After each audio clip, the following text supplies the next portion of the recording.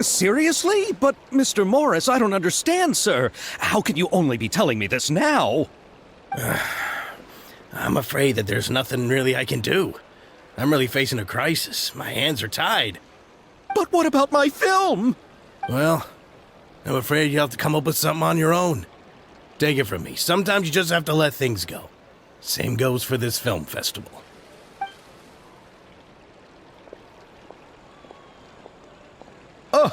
Oh. Hey, isn't that Xavier? So he's back in Fontaine now.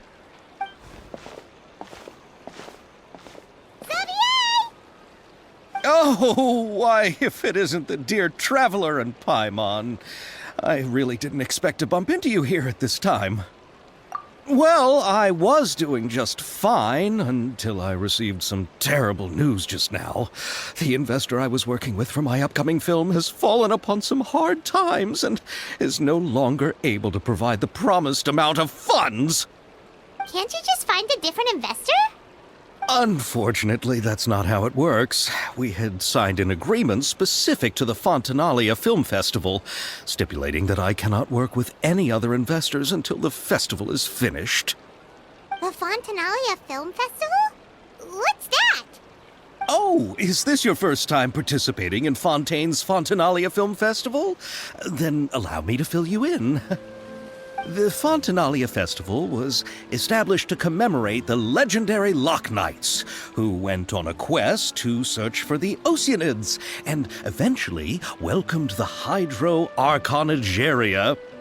The holiday is deeply connected to the founding of Fontaine, as well as its unique laws and trials. It's one of the most important festivals for this nation. But what's with that weird expression on your face? It's like you're trying really hard to remember something. I was just trying to recall the exact description from the books, in order to avoid any unnecessary arguments over semantics. I usually try to recite things straight from the source. Well, either way, Paimon thinks she gets it now. It's just like the Windbloom Festival in Mondstadt, and the Lantern Rite in Lille.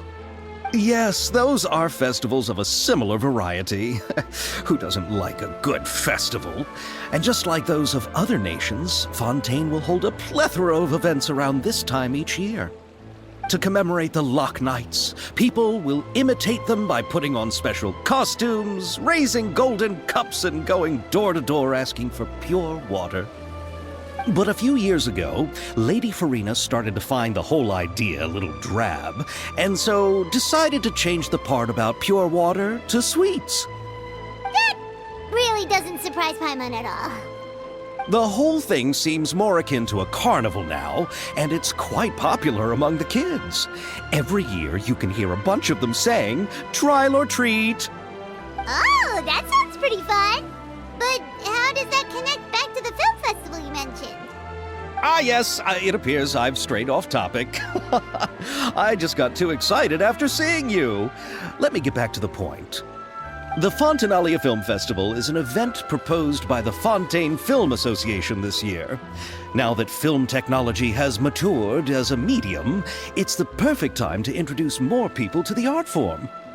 During this time, people may submit films to be evaluated, and the entry with the highest score will be given the Farina Award by the association. The what award? The Farina Award. You know, after the Hydro Archon. They coined it while Lady Farina was still in power, but even though things have changed, no one has made any motion to update the name. Perhaps everyone still thinks of it as a pretty appropriate name.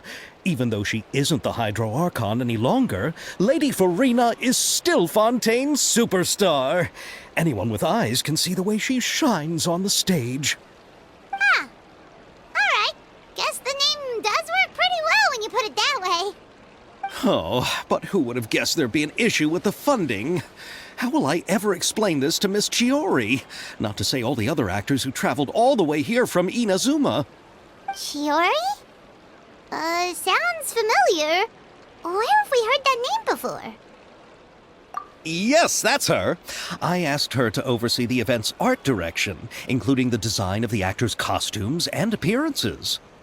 Oh, Paimon remembers now! Navia said that her clothes were designed by Chiori, and Kirara's outfit too!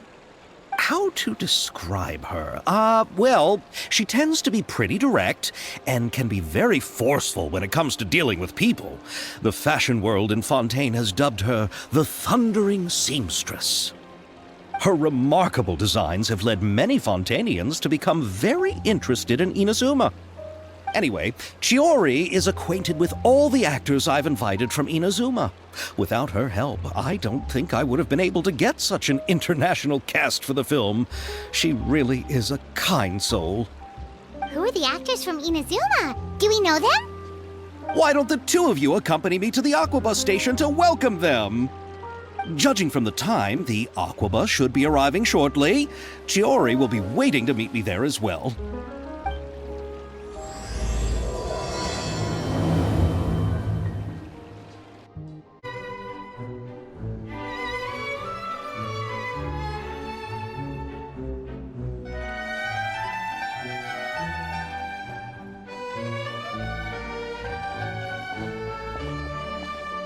Miss Chiori? Your talk with the investor sure went fast. The Aquabus hasn't even arrived yet. Oh? And who are they? Allow me to introduce you. This is the Traveler and Paimon. Pleased to meet you.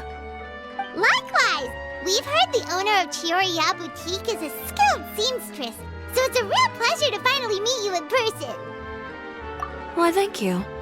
I strove to create an outfit that matched her high social station as the demoiselle. So tell me, what happened? I can tell the conversation didn't go quite as expected. Well, it's like this.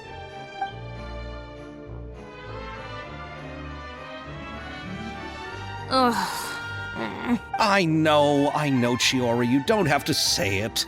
You did remind me that this investor was a little bit sketchy. Yes, there's no doubt about that. But how could I pass it up? He offered me twice as much as the others. And therein lies the problem. Yes, but just put yourself in my shoes.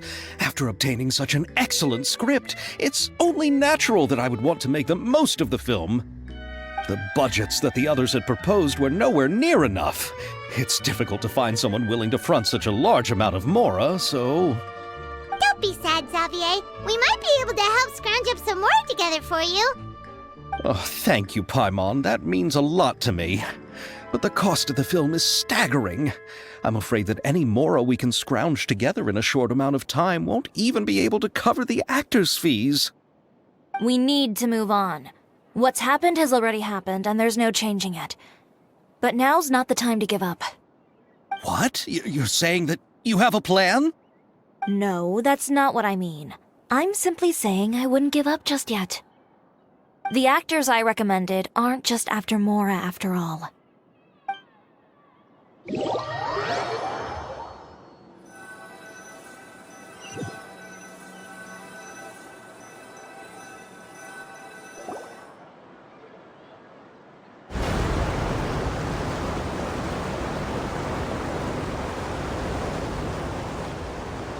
Really? Then where do you live? We Malazines live in Marcy Village. The only way to enter is from underwater. Oh, you must be pretty tired after work every day, right? I mean, you have to swim all that way just to go home. We are so thoughtful. But some Malazines choose to live in the court of Fontaine because it's so much more convenient. This is our stop. Oh, we've arrived, but I haven't even finished chatting with Aval yet. I also enjoyed Aval's introductions to Fontaine along the way. Everything you described was so clear and detailed that we can't help but want to hear more. Thank you so much. I'm usually working here on this Aquabus, so I hope I'll have the chance to see you again. There are still many more places I'd like to introduce to you.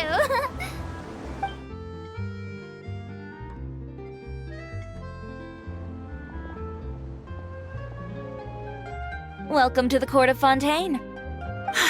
Chiori, you sure have changed a lot. This is the first time we've seen you since you left Inazuma. I haven't realized it's been so long. I was in such a rush when I left that I didn't even get to say goodbye. Thank you for extending the invitation, Mr. Xavier. I'm looking forward to a fruitful trip here in Fontaine. It's an honor to have the head of the Kamisato clan visit us. So they're who you meant when you said you had actors coming from Inazuma? Oh? It's the Traveler and Paimon. Wow, what a coincidence! Ayaka and I were just talking about you on the way here. Are you also here for the film? We just ran into Xavier earlier and came over with him. But I'm not an actress. Sir Kamisato and Lady Ayaka are the real actors here. I'm just tagging along with Ayaka to have a good time together. About that, I mean, how was I supposed to contact you when I was making preparations for the film? I figured you were probably busy, and I didn't want to disturb you. So I could only keep you in the back of my mind while I sought other actors to play the lead roles in the film. I had been thinking about a surprise reunion with you during our trip here, but you still managed to surprise me first. Oh, so you all know each other already! My, what a coincidence! What are the chances everyone could be brought together here like this? Why don't we go to Hotel de Boer and catch up over a meal? I've already made a reservation. Huh? Did you reserve 2 spots for us too? Yes, of course, of course. I'll be sure to tell the boss to serve a few more delicious dishes just to make sure there'll be enough food. Very well. Then please, kindly lead the way, Mr. Xavier.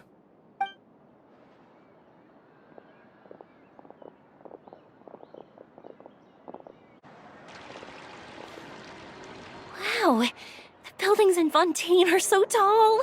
Just look at how big they are. And there's the fountain that Aval mentioned earlier. It really is a magnificent sight. And look at that huge spinning sphere. Where does it get its power? Wait a sec! Could it be one of those clockwork mecha we've heard so much about? So this is what food from Fontaine is like. It sure is different from what we have in Inazuma. How should I describe it? It seems like you have to go through a lot more steps to make them. And the flavor has many layers too. Yes. When I first went to Inazuma, I actually thought the food there tasted a little too bland. It took some time for me to get used to it. Let's get back to the purpose of this trip for a moment, shall we? How have preparations for the film been coming along, Mr. Xavier? Well, I've already assembled most of the film crew. A lighting specialist, a prop manager, and a costume designer. I've also bought the copyrights from the novel's author. Oh, it's called The Two Musketeers, right? I read the script you sent me on the way here. The story is pretty good. Originally, I was planning to start filming as soon as Sir Kamisato and Lady Ayaka arrived in Fontaine, but I'm afraid I've run into a bit of a problem. Oh? What is it? It has to do with the film's investor, Mr. Morris. He suddenly informed me this morning that he's encountered some financial trouble and will be unable to release to me the amount of funding agreed upon. It's said that Fontaine's legal system is well developed. If he has violated the contract, then can't you simply take him to court over the matter? Well, I'm still more concerned about filming. Even if I were to take him to court, I'm afraid it would take months before the case could even be heard. Then, is there a way we could raise funds ourselves to solve the problem? I've considered that option too, but unfortunately, it's difficult to gather such a large amount of mora on such short notice. Besides, we have to consider the film festival's submission deadline.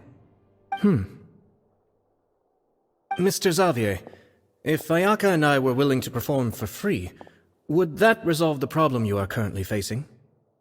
What? No, out of the question. To have you come all this way just to act for free? Oh, no, that won't do. There's no need to worry, Mr. Xavier. My brother and I had actually intended to work for free after receiving your invitation. Inazuma has only recently reopened its borders, and needs to strengthen its relations and cultural ties with other nations. we didn't have many collaboration projects with Fontaine in the past, so we hoped this trip would serve as a good start for the future. Indeed. You could say that's the real reason why the Yashiro Commission agreed to come to Fontaine. I understand, but having you two act for free just doesn't seem right. Not at all. While we're officially here to conduct a cultural survey of sorts, we must express our sincerity if we want to establish formal cultural ties with your nation. This film will serve as proof of friendly cooperation and cultural exchange between Inazuma and Fontaine. It's my hope that the film can be finished and released as smoothly as possible. If you still don't feel comfortable with this arrangement, I would also be more than happy to be introduced to some other renowned individuals in Fontaine's literary and artistic circles. All right. I'll do as you say. Thank you so much. I'll make sure to cobble together enough mora now, even if it means selling my house, my camera, and every single family heirloom.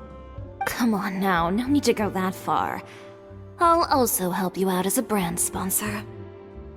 Me too! Even though I didn't bring much more to spend on this trip, it's still better than nothing. You are too kind, all of you. I really don't know how to... Ew. Alright, enough about that. Now that we have Xavier's savings, my support, and 2 leads who are willing to act for free, I think we will be able to make this happen. So, instead of Mora, you'll help with filming and production. Oh, but how can we help with that? We don't know much about making a film. Alright, pull yourself together, Xavier. Tell us if there are still any open positions left among the crew. All right. Let me think. We still need a camera operator, a clapper loader, and someone to manage logistics. I originally wanted to personally serve as director, but I've been too busy working as the producer. So the positions of director and director's assistant will also need to be filled. Paimon knows what the director and the logistics support person do, but what's a clapper loader? The clapper loader is responsible for using the clapper board to record and organize the information of each shot when the camera operator begins shooting. The work requires both patience and careful attention to detail. A clapper board? Oh, you mean the thing they hold that goes clap whenever they start filming? Yes, that's right. Are you interested in that job? For sure! Paimon's always wanted to try that. Alright, then you'll be our clapper loader. I can find someone from the store to help with logistics. What do you think, Xavier? Oh, fine by me. As for our camera operator, I was thinking of letting the Traveler take the role. Oh, she's great when it comes to using a camera. Paimon can't even count how many things we've taken photos of during our journey. Yes, that's also what I was thinking. I noticed the Traveler had an eye for photography and composition when we worked together previously. I'm sure that's due to the traveler's journey across Devat and all the places they've seen. After so many adventures, using a camera must be second nature by now. What do you say, Traveler? Are you interested in the job? Thank you. It really means a lot to me. Come on, friend. Let me give you a big warm hug. So all that's left for us to find is a director and an assistant. Oh, me! I want to be the director's assistant! All we need to do is help the director, right? I can handle that. All right, then all we need is a director. Oh, all the well-known directors in Fontaine are probably also busy working on their own films these days. I'm not sure who will have time to help. Oh, Farina helped out a theater troupe recently by serving as an artistic consultant. She could be a good director, right? Besides, it's not like she has anything else to do right now. Farina? Do you really think Lady Farina would be willing to help us with our humble project? Isn't that the name of Fontaine's Hydro Archon? My brother has already informed me about what happened here in Fontaine. Yep, that's her. She helped out a theater troupe not too long ago, and now she's taking up work as a director. Well, I saw that musical. Her performance was perfect, and the storyboards were also excellent. Don't let her former identity intimidate you. She's the best candidate we can think of right now. You'll never know until you give her a shot.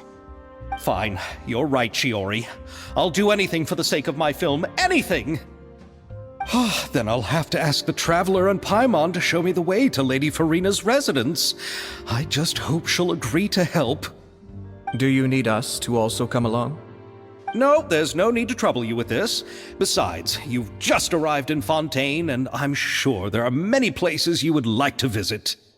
Just leave this task to me. It's part of my duties as the producer. Very well. Then we'll be waiting to hear the good news. I'll go with you.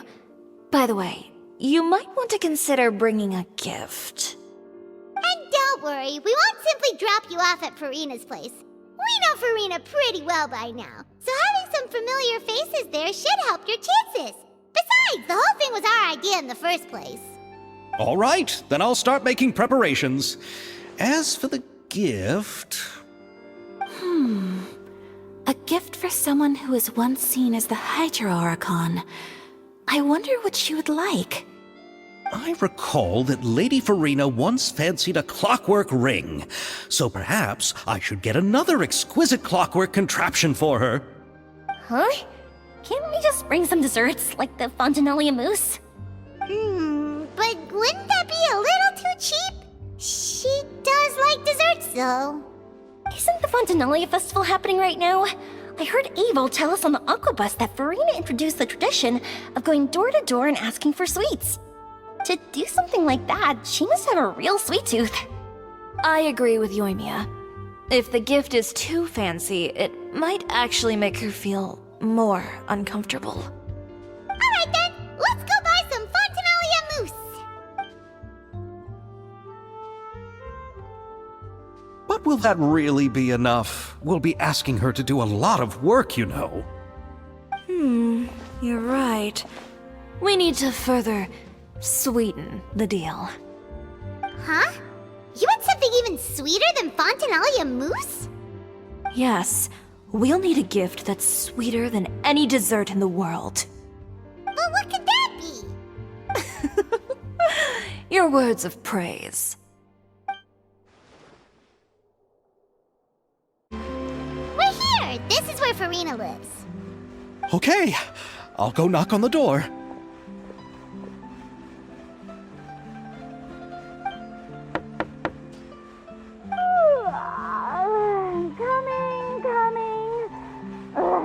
Seriously, who's knocking before afternoon tea?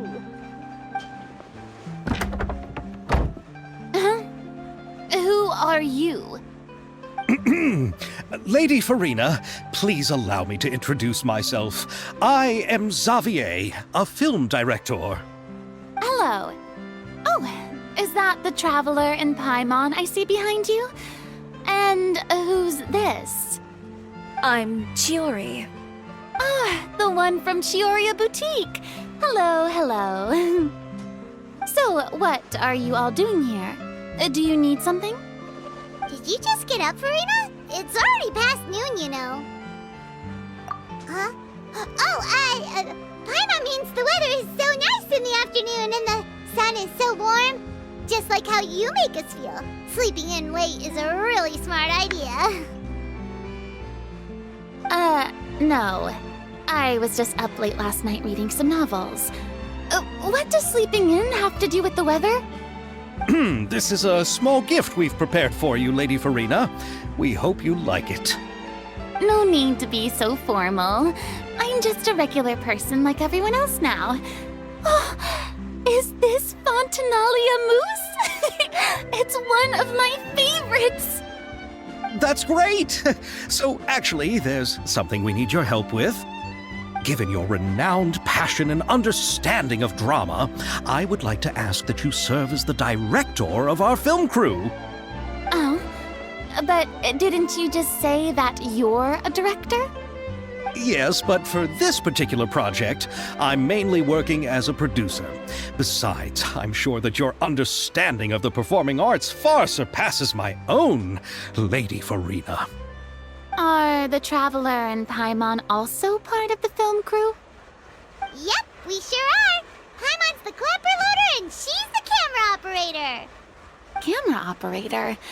That can be a pretty technical job, and it directly affects the final quality of the film. Are you really up to it? No, I'm not questioning your abilities. It's just that I've never really seen you use a camera before. Maybe you can come up with a test for the Traveler and see for yourself. If she can satisfy you with her camera skills, then you'd have nothing to worry about and can join the team. What do you say? You sure are getting better at rolling with the situation, Paimon. Oh, I do wish to see how skilled the Traveler really is with a camera. All right, how about this? We'll work with what we have. I'll give you some scenarios and see if your work is up to my standards. Very good. It's essential for the camera operator to understand the director's vision. I'll make my decision after seeing your work. Are you ready? I have high standards, you know. Okay, grab the camera and I'll give you a scenario.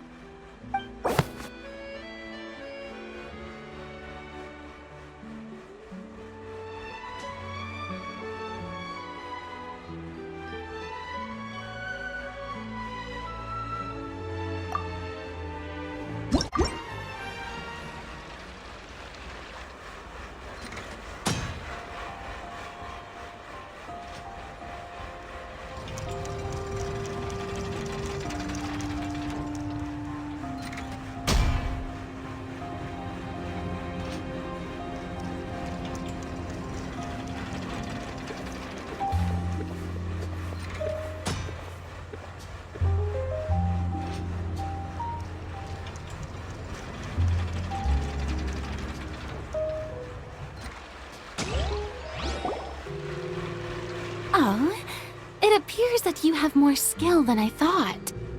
All the shots had a great composition, and I could really feel a connection to the characters and their lines.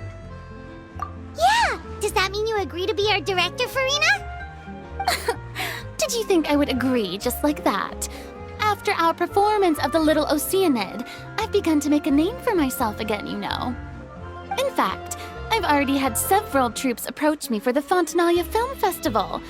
Unfortunately, the scripts were all pretty boring and didn't pique my interest. If others were to find out I agreed to work with you so easily, then, well... Hey, but didn't we have a deal? What else do we need to do to convince you, Farina? Well, what about the pay? Huh? You know, how much you're willing to pay me to be the director? The pay is also an important factor for me to consider, you know. Well, I can offer you this much? What? That's all? If Nervilet were to hear of this, he could charge you with underpaying your labor. I'm sorry, but our crew is in a tight financial spot at the moment. I see. Well, even though it's highly unlikely now that I'll join your crew, there's still something I'd like to ask. Exactly what film are you planning to make? Oh, our script is an adaptation of The Two Musketeers. Huh? Wait, you mean the suspense thriller novel that was a #1 bestseller? Oh, so Farina's read it too. Of course I read it. I've always had a keen interest in artistic works that strike a chord with the populace. I see. It all makes sense now. You must have used most of the budget to pay for the copyright. Not really. The novel's author transferred the copyright to me practically for free once he heard that I wanted to make a film adaptation of the story. The lack of budget is due to another issue. He probably just wants to get his name out there. So, Mora isn't the most important thing to him right now. It reminds me of a delivery courier who wears one of my designs while traveling all across Teyvat. I didn't charge her much for the outfit either. The exposure she provides for my brand is well worth it. So, are you a big fan of this story, Farina? Well, it's all right. The pacing of the story is good, but the character relationships could use some work. When I was reading it before, I always felt like some things were left on a rather unsatisfactory note. I have high standards, you know. Ahem, Mr. Xavier, if, hypothetically speaking, I agree to be the director, how much freedom would I have in terms of script revisions and creative interpretation? As much freedom as you would need. I wouldn't dare doubt the tastes of Fontaine's greatest star. Good. Then I'm free to alter the script as I see fit? Absolutely, no problem. All right. It seems that your crew really can't go on without my care and direction. So, you agree? Yes, I agree. Although the pay is well below what someone of my caliber deserves. A great script calls for a great director. I mustn't let a perfectly good story be ruined due to lack of funds. If you have fine cheese and bread, you wouldn't just let it sit on the counter and get moldy just because you lack an oven, right? Oh, Hydro Archon above! I'm not dreaming, am I? Somebody pinch me. There's no more Hydro Archon, you know. And it's still a little early to celebrate. There's a lot that goes into shooting a film. Although the trickiest tasks of finalizing the script and casting the actors have already been taken care of, we'll still need to reserve filming locations. Not to say set up lighting and props. And by the way, since we'll be filming the 2 Musketeers, we'll need to find an action choreographer. Ideally, a professional who has actual experience with muskets. Yes, I've thought about this as well. I was hoping that you might know someone who could handle the job. Me? If this was before, I could have simply asked Lorand. But it's already been some time since I last talked to her. Navia can also use firearms, but unfortunately, her style is quite different from that of the characters in the story. Could we ask the Special Security and Surveillance Patrol? Oh, you mean the Special Patrol's Musketeers? Yes, that's right. They work with muskets every day. I can't think of anyone more qualified than them. They would be under Nervilette's jurisdiction. Unfortunately, I don't have any connection with them at all. So, in the end, we still have to start by talking to Nervilette. No need to go to all that trouble. I know their Captain Chevres. Oh, you do? Wait, Chiari, how do you know the captain of the Special Patrol's Musketeers? No particular reason. Running a business means dealing with some trouble from time to time, and she's helped me out on a few occasions. In return, I've helped her handle a few situations in which the Special Patrol couldn't get involved directly. So, we've gotten to know each other over time. So you're saying there's been times when the Special Patrol needed a fashion designer to handle a situation? Your work is becoming more and more mysterious. It'd be best to keep it that way. Anyway, enough about that. What do you all think about asking the captain to be our musket action choreographer? She sounds professional enough. She is a captain, after all. I have no objections. But I imagine the Special Security and Surveillance Patrol must be busy with their duties. Do you think she'd really have time to help with shooting a film? And then there's the issue of pay. Well, it just so happens that she's also not the kind of person that's just after Mora. As for whether she has time, I'll have to go and ask her first. Then I'll leave that to you. Macaroni's on sale today, so I've got to go. You can just tell me how things went when we discuss tomorrow's plan later. No problem.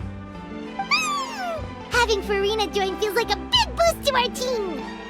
Of course. Just wait until the day of our premiere. You'll witness the true power of my name in these lands. You'll be so glad I agreed to help. I can guarantee that even the standing tickets will be sold out.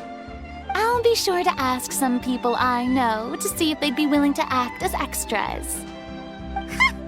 Seems like you're finally getting more comfortable with your own reputation now. I didn't ask for the Clapper Loader's commentary, Paimon. Then let's get going. I happen to know where Chevreuse is today. By the way, I'm curious. If my pay is so low, then what about our 2 lead actors? Didn't they travel here all the way from Inazuma? Actually, they told us that they see the trip as part of a cultural exchange, so they didn't ask for any pay. What? So is every person in Tevat who doesn't want money gathered here to shoot this film? Don't tell me Chiori isn't being paid either.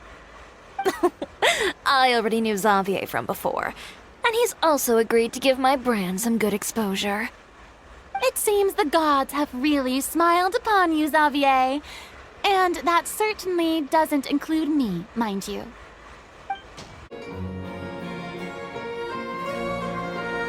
All right, this is the place. But where's the captain? There's hardly anyone around here. She's over there. The one with an eye patch reading in front of the newsstand. Oh, her! Paimon could tell there was something different about her. She seems kinda intimidating. Please wait here for a moment. I'll go fetch her. She's working now, so you might not want to get in her way. Working? But isn't she just standing there and reading a novel? Just trust me. Oh, alright, let's see what happens then. Chiori sure is a mysterious person. She claims just to be a fashion designer, but she knows all these powerful people. The court of Fontaine isn't particularly tolerant of visitors from overseas, so it isn't easy for a foreigner to promote their brand here. Even more so in the competitive world of fashion. Even a local like me just trying to make a film has to face all kinds of challenges, so I can only imagine what Chiori has been through to get where she is today. I'm sure that having more connections has definitely worked in her favor. Reading on the job? Detective novel. One main character? No. Multiple. Branching storylines. I see. How's the plot coming along? One of the main characters is about to make a choice that will affect the rest of his life. I'd wager he's going to make the wrong choice. Any way to speed things up? There's something I need your help with. You know that doesn't depend on me. It all comes down to what the character chooses. Which is exactly why I'm here to help.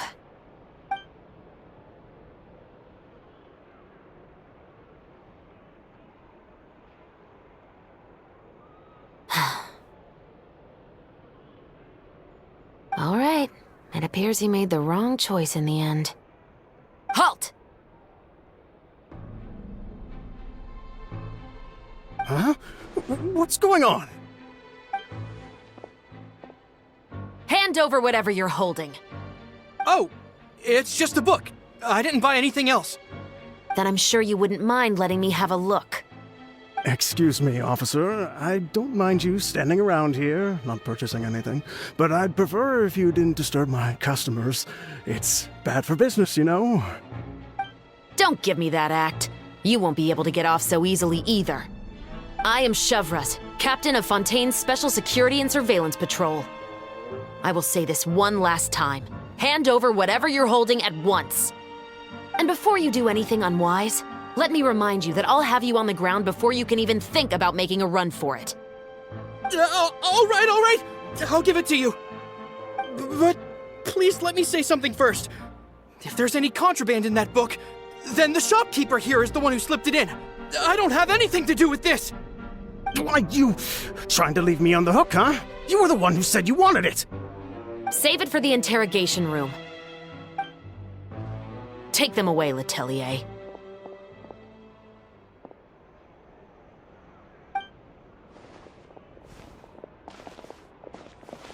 What's going on here? 1 second you're reading a book and the next you're escorting people away. And who are... Oh! Aren't you the traveler who's been all over the papers recently? Chiori, I'm assuming what you wanted to ask me about has to do with them, right? Maybe I can let you in on what's happening then. Now that Vache has been brought to justice, no new shipments of synth will be made and distributed to sellers. The Fontaine guards have been busy collecting the remaining synths still circulating on the market. Thanks to a tip from our reliable source here, this should be the very last batch. Oh, so you were pretending to read a book in order to catch the bad guys! Oh, Paimon almost forgot to introduce ourselves. Paimon is Paimon, and this is the Traveler and Xavier! Hey, I'm Chevraz. You probably already heard me introduce myself, so I won't bother repeating it. Yeah, why didn't you make a move as soon as you had the chance? Were you worried that my intel wasn't accurate? No, I wanted to see if the shopkeeper would turn himself in first. All he had to do was come up to me and say that he didn't know where the synth had come from. If he did that, then I wouldn't have had to press charges on him. He had the whole day to turn the synth over to Chevraz. But instead, the moment I came up and blocked Chevraz's line of sight, he took the opportunity to sell it off. Yep, he made the wrong choice, even though the right choice was right there in front of him. But you knew they wouldn't make the right choice. Yeah, I knew. I was just hoping I'd be wrong for once. Enough about that, though. What did you want to ask me about? Oh, you see, it's like this.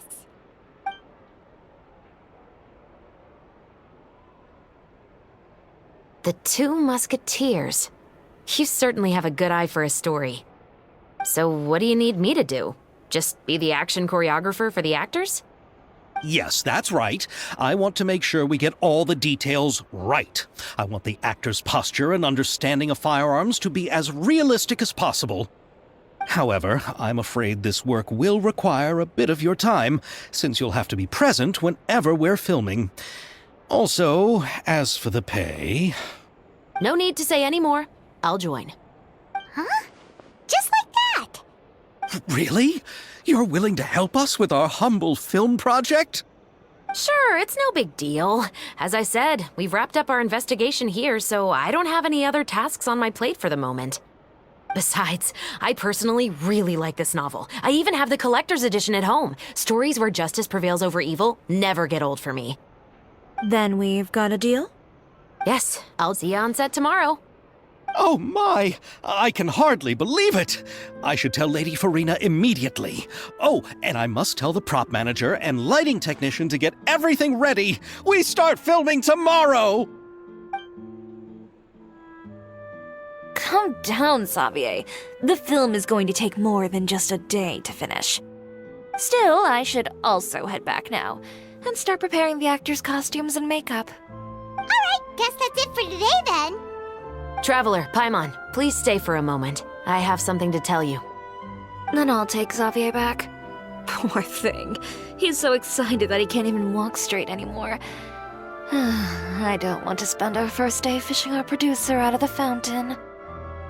Yep, see you tomorrow. So what did you want to tell us, Chevraz? Have you read The Two Musketeers? The story is about a pair of children born into the household of a baron and their struggle to survive together and take revenge for their mother. They were raised at the baron's estate, where their mother worked as a maid. The two were illegitimate children that the baron had with the maid, so they were never treated well by anyone. One day, upon returning home, they found their mother had been murdered and left dead on the floor. It was quite evident that the culprits were the other members of the baron's household, who never had any kind words to say to them. However, the baron was able to exert his influence and keep the whole thing under wraps. The mother's death was eventually deemed as a suicide, and there was no chance of bringing her murderers to justice. The two siblings decided to flee and someday avenge their mother. Many years later, members of the baron's family suddenly started turning up dead one after the other, all killed by gunshot. A rainbow rose was found on each of the victims' bodies, being the flower that the kid's mother liked best. The Baron believed that the mother's soul had come to take vengeance on him, so he lived in fear each day. But it was actually those two siblings who had fled all those years ago. They relied on each other to survive and trained day and night, eventually becoming adept musketeers. They used all of their abilities to collect evidence and clues before executing their plan and exacting revenge on the Baron. Their actions let the truth behind their mother's death be known to all. That's quite an exhilarating story. Yep, the Baron got what he deserved for his evil deeds, and justice was able to prevail. It was just the kind of story I enjoy. Oh, so is that why you were so willing to join our crew, Chevras? You could say it was one of the reasons. Oh, you mean there were other reasons too? I've read the reports about you. Whether it was at the trials or when you lent your hand to resolve our nation's crisis, you've shown that you've got a strong sense of justice, as well as a great mind for deductions. Yes, you're as sharp as I expected. It seems you've experienced many similar situations before. There's been a recent murder case involving Muskets. The perpetrator's methods appear to be very similar to what is described in the novel. Huh?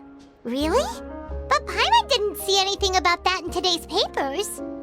The Marechaussee Phantom hasn't yet released any information to the public because the investigation is currently at a standstill.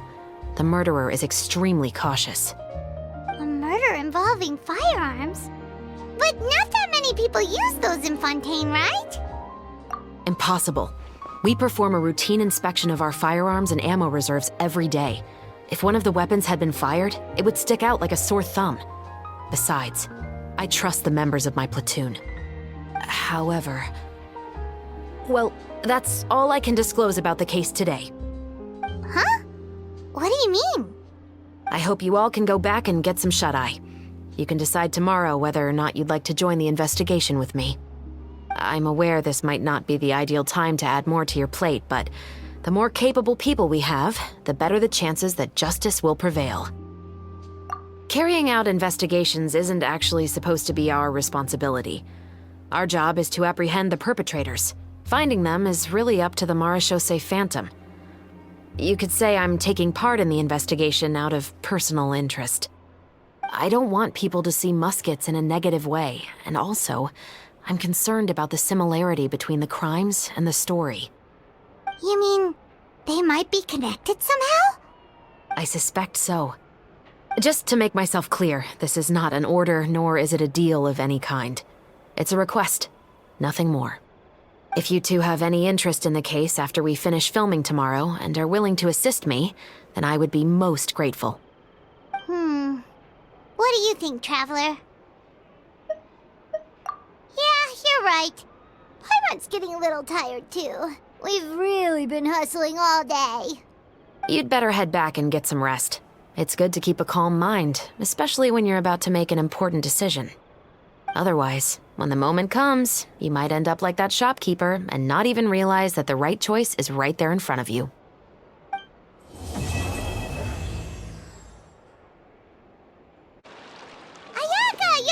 You're already here! Good morning. Xavier said yesterday afternoon went well. Yeah, and how about you, Ayaka? What were you up to yesterday? After we split up, Ayato went to see Udex Nervillette at the Palais Mermonia. I was originally thinking of going with him, but he said he could manage it himself. He told me to go see the sights around Fontaine and to enjoy the local culture. So I rode the aquabus with Yoimiya and visited the Opera House on Aranias Island. Yeah, you wouldn't believe what we saw there! 2 mechanical puppets that were dancing together!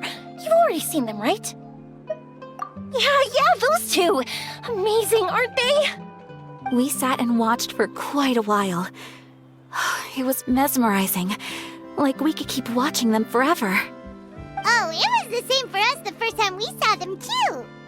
Afterwards, we went swimming at the beach! Well, diving, to be exact. It was the first time I ever breathed underwater! I held Ayaka's hand and we counted down together. 3, 2, 1, and then splash! We were beneath the waves.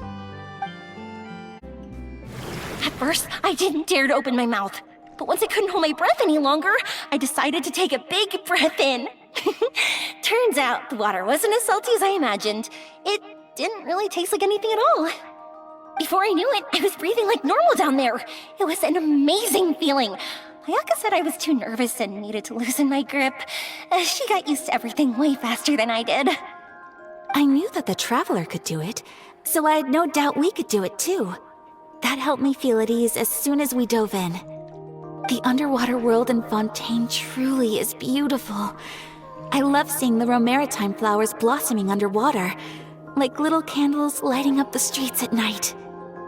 Yeah, and there were so many creatures that we've never seen in Inazuma. Like those fish that shimmer like a sword blade. Whoosh! Oh, and those big fish that call when they see people. Ooh. Oh, you mean Hunter's Rays and Blubber Beasts. I just love the name Blubber Beast. Just wait till Pops and the others hear about this. They probably won't believe a word I say. Yoimiya was down there for quite a while. It was dark before we finally rode the aquabus back to the city. I figured she'd want to sleep in today. Yeah, even I was worried that I wouldn't be able to get up. I still felt like I was drifting in the waves when I went to sleep last night. But as soon as I woke up today, I remembered that we'd all be shooting a film together, and I was ready to go. Speaking of the film, where's everybody else? My brother and Xavier were speaking to the restaurant owner about using the place as a filming location. They should be here soon. As for the others, We're here.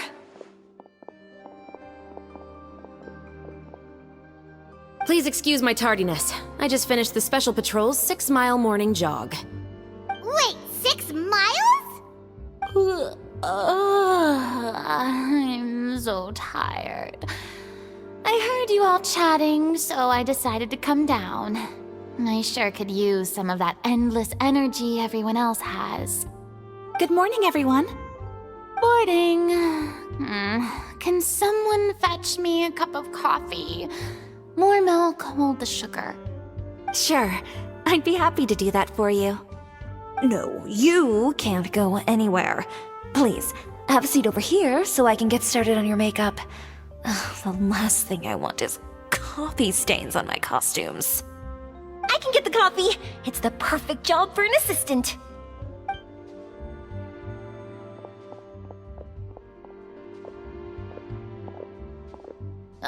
So much energy. Seriously, what's her secret? Oh, Yoimiya's always like that. But you sure look exhausted, Farina. It's because you're not used to waking up so early, huh? Of course not. I spent the whole night reading the novel from cover to cover, marking sections that either need to be omitted or adapted. Wow, Paimon didn't expect you to be so thorough. Well, I was the biggest star in all of Fontaine after all. It takes more than just a pretty face to earn a reputation like that. I know how to get serious when the situation calls for it. I went all out when I was acting as an Archon, so why wouldn't I do the same for my own life? Here's your coffee, Director Farina.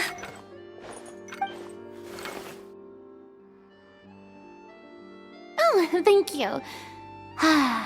The sound of being called director and the aroma of coffee feels almost as refreshing as hearing the birds chirping in the morning. Ah, it seems everyone has managed to arrive on time. We've reached an agreement with the restaurant owner. We are free to use the second floor to shoot our film. Really? That's great! He is really looking forward to our film, and hopes that providing his restaurant as a filming location will attract more customers. Well then, Mr. Xavier, I'll leave the rest to you. Okay, thanks. First, I'd like to introduce our new members. This is our prop manager, Veronique. She'll be in charge of all the film's props and items. And this is Bonneau, our lighting technician. He'll be in charge of lighting and illumination to set up each scene's atmosphere. Wow, sure feels like we have some real professionals joining the crew now. First of all, please allow me to first express my sincerest gratitude to everyone in the crew. When my investor informed me yesterday that he wouldn't be able to provide the funds, I really thought that this was the nail in the coffin for this film. I had no idea that I'd find so many people willing to help me on such short notice. Thank you. Thank you all from the bottom of my heart. No need to be so cordial, Mr. Xavier. We're all honored to be a part of this. Your works made a profound impression on me when I saw them back in Inazuma. I am sure that someday This film will be remembered as a prime example of cultural exchange between Fontaine and Inazuma. Yes, the story is the reason I agreed to join. I can't bear to even imagine what this film would look like without the very best director.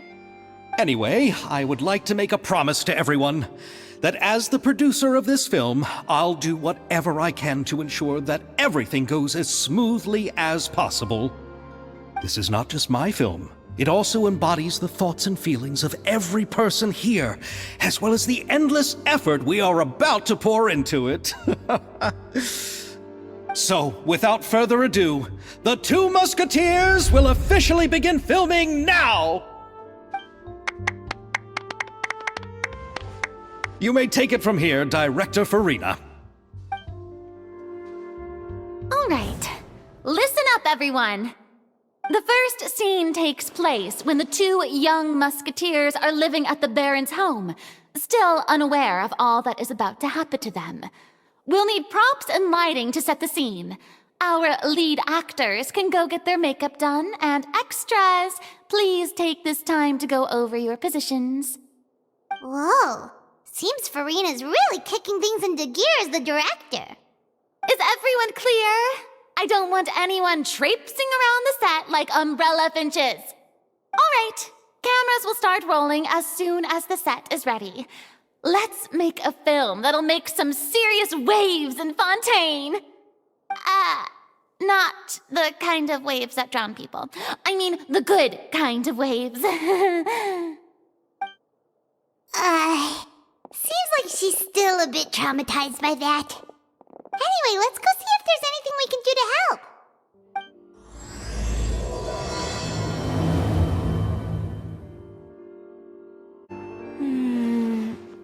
Ayaka has mentioned you to me before. She said that you two were great friends when you were kids. No talking. I'm thinking about how to do your eyeshadow. Ah, yes. To help me really look the part. To achieve a more young and naive look for this scene.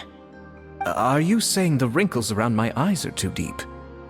You just have too much of a calculating look in your eyes. You sure don't mince your words. It seems you really haven't changed much. Quiet. How about here? A little more to the left. You got it.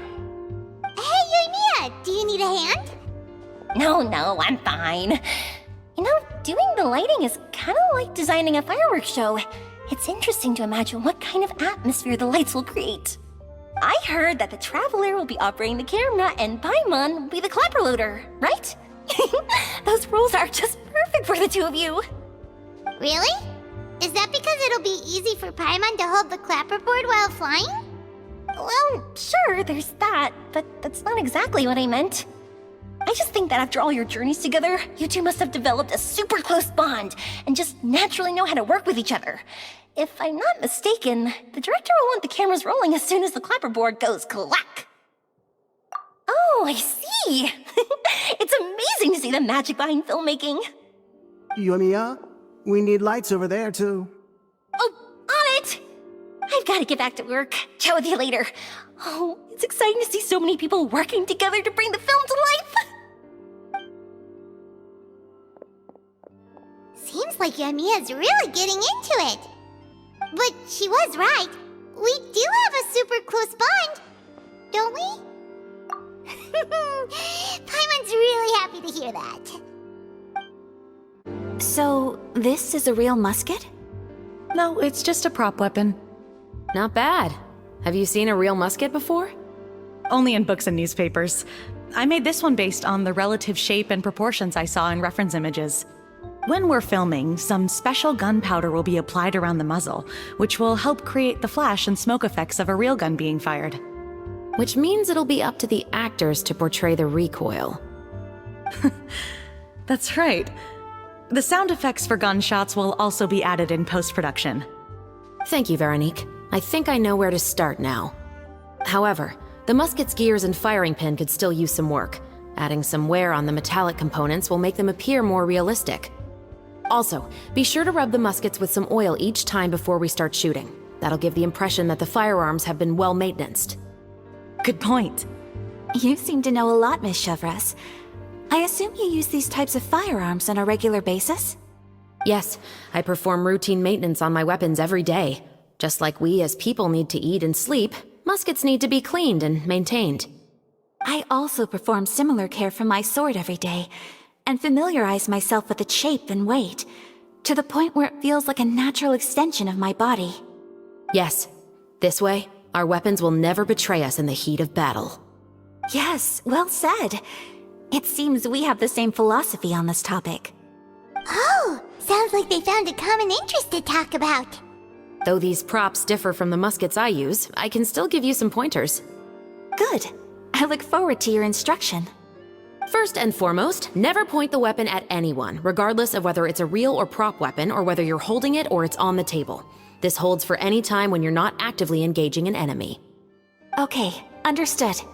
When aiming the musket, extend your arm so that it's level with your shoulder and use your eye to look down the weapon's sights. Like this? Not bad. Now, try saying your lines. This is the end of the road for you. Good. Now turn your body a little. That way, you'll give your enemy less of a target to work with. And relax your shoulders. Here, allow me to demonstrate. This is the end of the road for you. Huh. Excuse me, Miss Chiori. Director Farina, there's something I wish to discuss with you. Oh? What is it? Like this? Yes, much better. What do you think? I do see your point. But are you sure you wish to do this? I believe it would be most fitting. Well, if you insist. All right, I understand. Miss Ayaka, Miss Chevres, could the two of you please come over here? Huh? What's going on? Are we gonna start filming now? Let's go see. What is it? I have a question for you, Miss Chevres. Would you be willing to play the role of a musketeer? What? To clarify, I would like to turn over my role to Miss Chevres. But brother... Don't worry, Ayaka. I actually view this as a good thing. I was becoming troubled trying to set aside some time to speak to the staff at the Palais Mermonia. I would like to have some conversations about the cultural exchange between our two countries, and I've heard that the bureaucratic process here can get rather complicated. Now, I will be able to focus on my work. Besides, you also know that I'm not really one for public performances. Are you really sure? From a director's point of view, I also felt like the relationship between the two musketeers in the original story could be improved. The older brother in the story plays the lead role with his overbearing character, but this causes his character to overshadow that of his sister, and the theme of the two supporting and relying on each other isn't conveyed very well.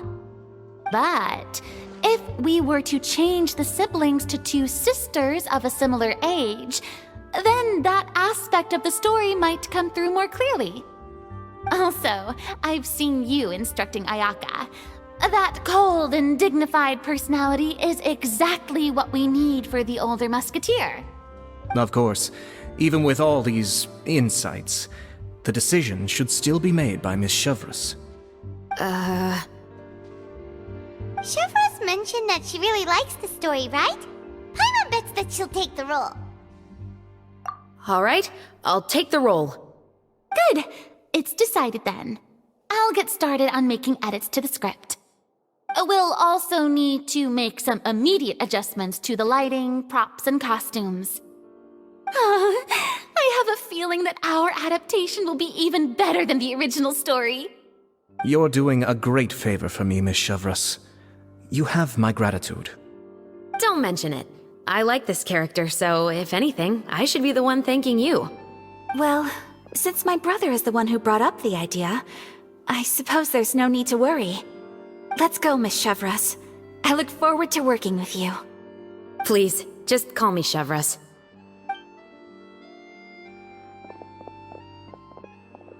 Seems like you're really going out of your way to solve the problem I was having with your makeup. Surely you jest, Chiori. I assure you that I was mostly motivated by a desire to spend more time on formal business. Oh, come on. You really think I'd buy that? According to what I've heard from Ayaka, her brother is someone who can juggle 10 different matters at the same time. I'm sure you have other reasons for backing out. Perhaps. Ayaka always said she wanted to go out and see more of the world, just like the Traveler. But I feel that she needs not only to see other nations, but also to make some different kinds of friends. I think it would be harder for her to make new connections with me constantly by her side. I would like to give her some space. Alright, go on. Spoil her some more. Ayato, it's too bad you're stepping down from the role. Paimon really wanted to see you act as a musketeer. No need to poke fun at me. I'd wager that you also felt that I wasn't the best candidate for the role. It's a little hard for Paimon to imagine you saying those lines. Yes, I've made an appointment to meet some people from the Palais Mermonia. Now, I will have some more time to prepare. Traveler, get the camera ready. Paimon, get the clapperboard. Actors, to your positions. We're about to start shooting the first scene. Go on now. And please take good care of Ayaka. Yep, don't worry. Thank you. I look forward to seeing the film when it's finished.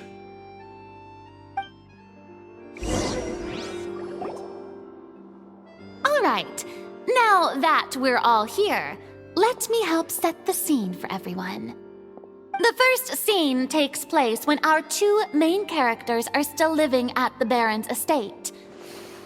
They've been ostracized and verbally abused by others in the household, but they still have no idea why. We want to capture how naive and innocent they are despite their pain. Chevris will be playing the role of the older sister, Tulip, and Ayaka will be the younger sister, Iris. Be sure to get close-ups of the main characters at the right moment. Silence on the set! Lights, camera, action! Let's go! Tulip, Mother's been out for quite a while now. Perhaps she went to pick some flowers on the way home. You know how she loves flowers. Iris, Tulip, I'm home! Mother! You were out for so long, we were beginning to worry about you. I'm sorry, but I'm back now, safe and sound. Here, I brought your favorite treat, apple turnovers. Mother, what are those bruises on your hand? Huh? What bruises? Oh, I must have bumped into something while I was working yesterday. But I didn't notice them this morning. Then perhaps they're from when I accidentally tripped when I was out just now. By the way, did you have fun playing at home? What's the matter, Iris? Well, we've realized that no one really wants to play with us. They even took Iris's doll and spat at us. And they even called us names. They said we were... Shh. It's all right. Don't worry. Girls, listen to me. It doesn't matter what anyone says. Don't listen to them. No one can define you with such words. You both have wonderful lives ahead of you. Just like your names. You will both blossom like beautiful flowers. Maybe your time to blossom hasn't quite come yet, but one day, you two will bloom more beautifully than anything else. Don't let the soil you're in now ruin your future beauty, understand? My dear daughters. And cut! Not bad. The actors' emotions were all on point. Let's keep that take. Also, if our clapper loader could avoid shouting at the start of the scene next time. Oh, got it. Great. I was a little worried that my nerves would get the better of me. What about you, Chevros? I felt fine. The lines weren't too difficult at all. Seems like Farina must have adapted the role nicely. You two were great. I couldn't tell it was your first time acting in a film. You should have more confidence. Thank you for your encouragement. Positions, everyone! We'll move on to the next scene after we try a few more camera angles.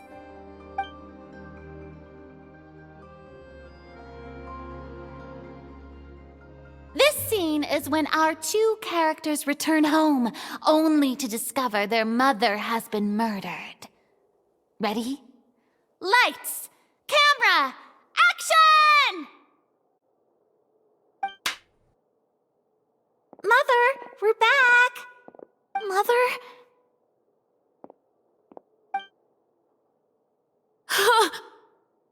What's wrong, Tulip? Iris, stay away! Huh? Why? What's... Mother! Mother... She's...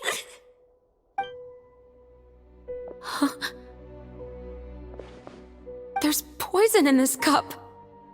Huh?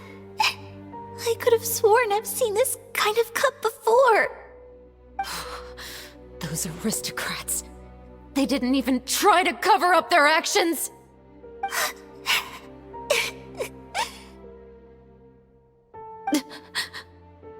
Iris, we need to leave this place. Leave? But now that Mother is gone, where can we even go? Anywhere. All I know is that we can't stay in this house. But are we just going to let them get away with this? We'll have our revenge, I promise you. Just not right now.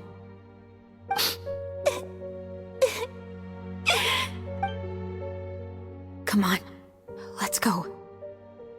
No, wait. We can't just leave Mother here like this. At least let me leave this rose with her. That's why we went out in the first place. To buy her this flower. All right. Goodbye, Mother. We'll avenge you. Someday. And cut! Beautiful! Great performance! Oh my, you're so amazing, Ayaka! And were those real tears I saw? How did you do it? I was surprised too. Thank you for the kind compliments.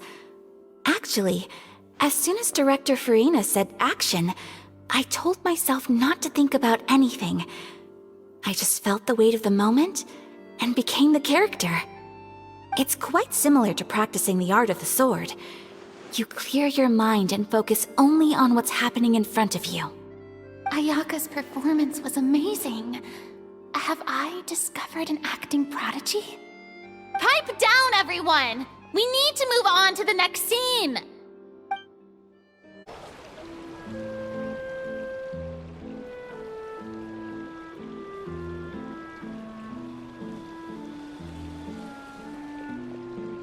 Huh? Are we done already? But Paimon wants to keep playing with the clapperboard. How do you feel, Traveler? Is your arm sore from holding the camera all day? Good work, you two. You too, Chevros. You were quite the actress today. I've read this novel many times before. I have a good grasp of my character's mindset. Anyway, do you remember my request from yesterday? Oh, right! We were having so much fun that Paimon nearly forgot! You have a case where the murders seem really similar to the cases in the novel, right? So, how are they similar exactly? In the story, the main characters grow up to become two musketeers, always using their guns to carry out their revenge. And on each of the victims, they place a rainbow rose as a signal that they've returned. Yes, that's correct. We found rainbow roses just like in the novel. Seems like you're connecting the dots now. Oh, that does sound pretty concerning. Especially after seeing the script today. Ooh, now Paimon can't stop wondering what kind of ulterior motive the murderer might have. What do you think, Traveler? You're smart. Paimon wants to hear your thoughts. Good. On behalf of Fontaine's Special Security and Surveillance Patrol, thank you for your dedication to justice. There's no time to lose. We should start investigating right away. Follow me. Huh? Right now? But we just got done filming all day. Paimon's so tired. The most valuable intel always comes after nightfall. They are like small, remote islands in the middle of the sea. If you don't stay vigilant, you will pass right by them in the fog. That's how one of my favorite books always puts it, at least. Welcome to Le Show's Clockwork Workshop. How can I help you? Hello. I'd like to know if anyone has purchased some special components lately. Special components? Sorry, could you be more specific? I mean the kind of components that aren't typically used for clockwork toys, but for firearms. Huh? For firearms? No, we don't sell those sort of things here. Don't misunderstand. I'm not here to cause any trouble. We are merely investigating a case, and we're hoping that you could cooperate. Well, to be completely honest, I'm not even sure what kind of components that would entail. Has anyone ever purchased components here as an individual rather than on behalf of an organization? We have a lot of customers who buy toys, but those who buy components are all regular customers who buy in bulk on behalf of their organization. Is that so? I understand. Thank you for your cooperation. You're welcome. It's the least I can do. Oh, hey, Chevres. Run out of oil for your musket again? Hello, Estelle. I want to know if anyone has come to your shop recently to order some firearm components. Oh, is this another case? Let me think. I don't think so. Some people have requested that I make some prop guns for the Fontanalia Film Festival, but I refused all of those requests. Oh? Why's that? Because there's no profit! I only make things here that can do some real heavy lifting. I don't have the energy to make some new molds just for the festival. Then has anybody come specifically looking for mechanical components? Well, I usually sell off my scrap to the Fleuve Cendre. I don't typically give them to one specific person. I understand. Thanks for your cooperation. Don't mention it. Always happy to have the Musketeers' patronage. Seems like we haven't found any leads to go off yet. Yeah, unfortunately. All right, let's head to Fleuve Cendre next. Huh? Are you sure? People might not be so thrilled to see the captain of the special patrol there. You think so, huh? Then I guess you don't know. Huh? Know what? That I grew up in Fleuve Cendre. Hello, I'd like to ask some questions. I don't know anything. Don't worry, I'm not here to arrest anybody. You say that now. It's the truth. Here, take this as my guarantee. Wait, did Paimon just see what she thinks she saw? Is the captain of the special patrol bribing a citizen? Seems you're different from the other guards. What do you want to know? Have you heard anything related to muskets in Fleuve Cendre lately? Anything at all? Muskets, huh? All I know is that about 2 weeks ago, we started hearing some loud noises at night. So loud that it's been waking me up. Were they gunshots? Possibly. It's hard to tell around here. Someone's house collapsing, a pipe exploding somewhere, it's all the same. But the noises I'm talking about definitely happened after I fell asleep. Do you know where the noises were coming from? I don't remember clearly. Is it that you don't remember, or that you need to think about it some more?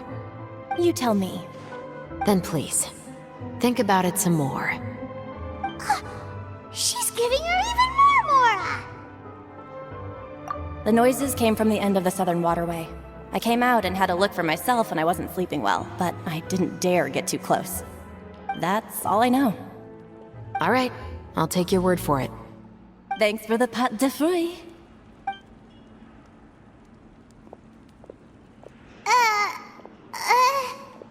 No need to be surprised. I grew up here, remember? I know how to get people around here to talk. Seems you catch on pretty quick. Now then, let's keep going.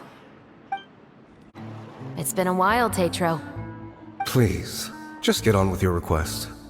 I want to know if you've heard anybody talking about muskets lately. Information isn't free, you know. I've heard that bandits have been extremely active in the countryside recently, and they've been affecting the delivery of goods to Poisson. I can allocate some more manpower to help out with that problem. What do you say? You're still as helpful as ever. One of our men got drunk at dinner about a month ago and lost his gun. 3 days later, it turned up in the corner here. What's weird about that? He just forgot where he put it, right? This is Fleuve Cendre, my friend. Anything of value left in the tavern won't ever make it to the next day. But that gun turned out to be an exception.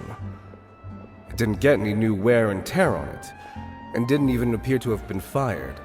We were quite mystified as to what could have happened. I suspect it came back because the weapon was already known to the guards. You mean, a criminal was afraid the Marechaussee Phantom would use the shot marks to track them down? Maybe. But if that's the case, the culprit really took great care to avoid getting caught. I didn't say anything about a criminal. In Fleuve Cendre, knowing who was killed is as easy as knowing what clothes you're wearing today. It's the guy living in the east side, isn't it? I've never liked him. Every time he's here, he just orders a drink and sits there with a nasty look in his eyes. So, who was the one who lost the gun in the first place? Don't bother. Even if you ask, he wouldn't admit to owning a gun to some strangers. Not to mention the captain of the Special Security and Surveillance Patrol. He's right. I know you grew up here, Chevres. Even though you're on good terms with the Spina, you've still been gone too long. Not many people know you here now, and a lot of people don't like the Special Patrol. I know. So take my advice and don't show your face too much around here. It's for your own safety. I'll come and go as I please, and I'm afraid I'll be appearing more often due to my work. All right. Don't say I didn't warn you. What's all this? Some broken planks and barrels, as well as some liquor bottles? Yes, but have a closer look, Paimon. Even though somebody has purposefully tried to clean them up, these are obviously marks from musket bullets. In other words, someone was here trying to improve their shot. They were using the barrels and bottles for target practice. Could it have been the killer? Your guess is as good as mine. Although many people at Fleuve Cendre own guns, few hide the fact from others. And even fewer would go to such lengths to hide markings from practice shots. Anyway, let's go. There might be more to this.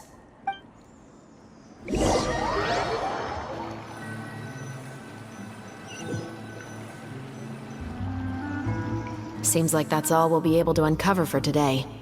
Paimon feels like we managed to learn a lot more here than up on the surface. Yes. Assuming that everything we found is indeed connected to our suspect, then their timeline was probably something like this. A month ago, our suspect found a gun and took it home to disassemble it. Once he'd figured out its mechanics, he brought it back. In the following weeks, he used some parts to create his own makeshift musket, and took it to the Fleuve Cendre for target practice. Then, a few days ago, he found his target and carried out the murder. Once the deed was done, he left a rainbow rose on the body, just like the scene in the novel. That all makes sense to Paimon, but we're still no closer to figuring out the killer's identity! The deceased was a resident of Fleuve Cendre. It's said that he was a poor, solitary man. Yeah, that's also something I'm trying to figure out. If we are indeed following the novel, and there's a story behind the murder, then this murder should be an act of vengeance. But according to our investigation, the deceased didn't have any enemies. He was no saint, but no one's heard of a rival who hated him enough to shoot him dead, much less care to leave a rose on his body. What message is the killer trying to convey, and to whom exactly? We've thoroughly investigated that possibility. He claims to have spent the whole day at the Opera House on the day of the murder, and the staff there have confirmed his account. Okay, so he has an alibi. Not only that, he lacks a credible motive as well. He has a family of his own, and both of his parents are still alive. I've looked into his records. He was adopted at the age of 6, and all the proper procedures were followed. There are also records of him at an orphanage before then. In the story, the mother of the 2 musketeers was murdered after the children turned 10. Of course, he could have changed the children's ages, but I don't want to assume anything without evidence. More importantly, I've also had a chat with him in person. He didn't seem like the kind of person who would pull the trigger to kill a man. Then, what should we do now? We have all this new information, but it doesn't help us move forward. Investigations take time. I didn't expect us to catch the culprit in just a single day. How about this? Let's spend the next few days filming with the crew. We can continue the investigation once we're done with the film. I'm sure that given time, new leads will present themselves. Wait, but weren't you saying Intel is like small, remote islands in the middle of the sea just a moment ago? Wouldn't you just miss them if you were to stop looking? Ah, but the book had more than one reference to the islands, Paimon. Oh? What else did it say then? As long as you spend enough time sailing through the fog, you'll eventually come across an island.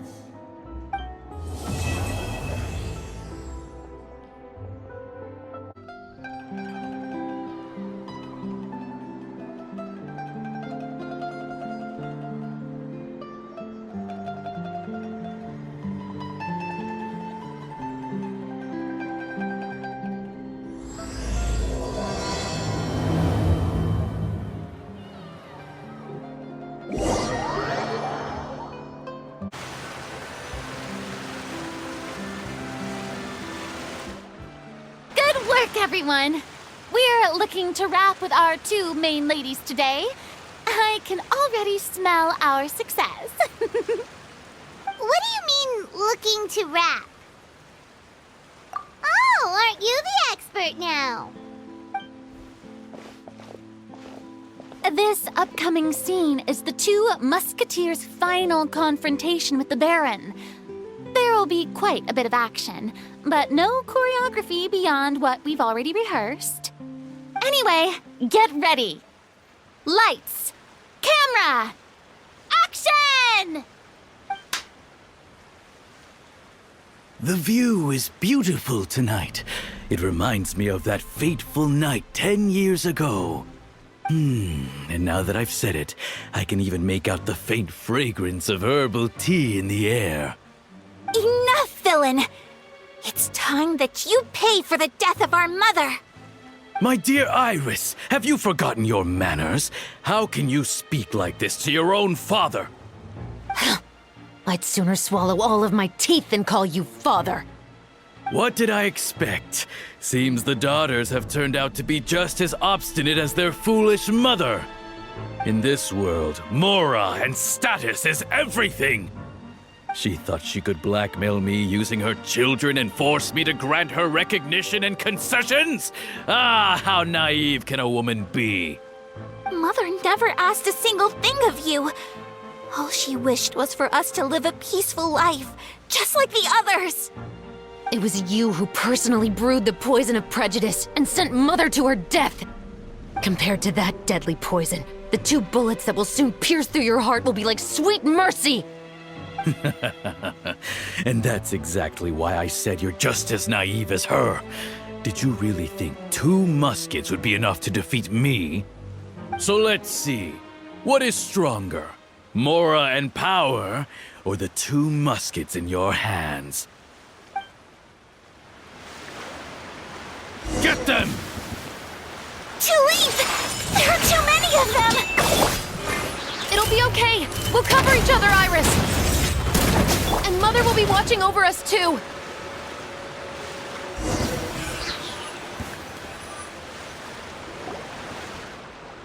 You've lost. To think I'd lose to my own 2 kids. We are no children of yours, and we'll never call that place our home. Then tell me, what did you do all this for? You lost your mother, and will soon kill your father as well. What will you gain in the end, other than sentences for your crimes? We will gain Our long-awaited justice.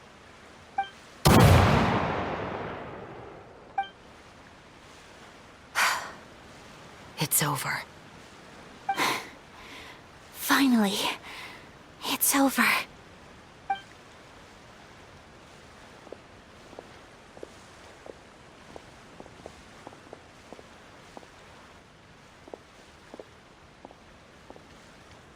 So, where will you go now, Tulip?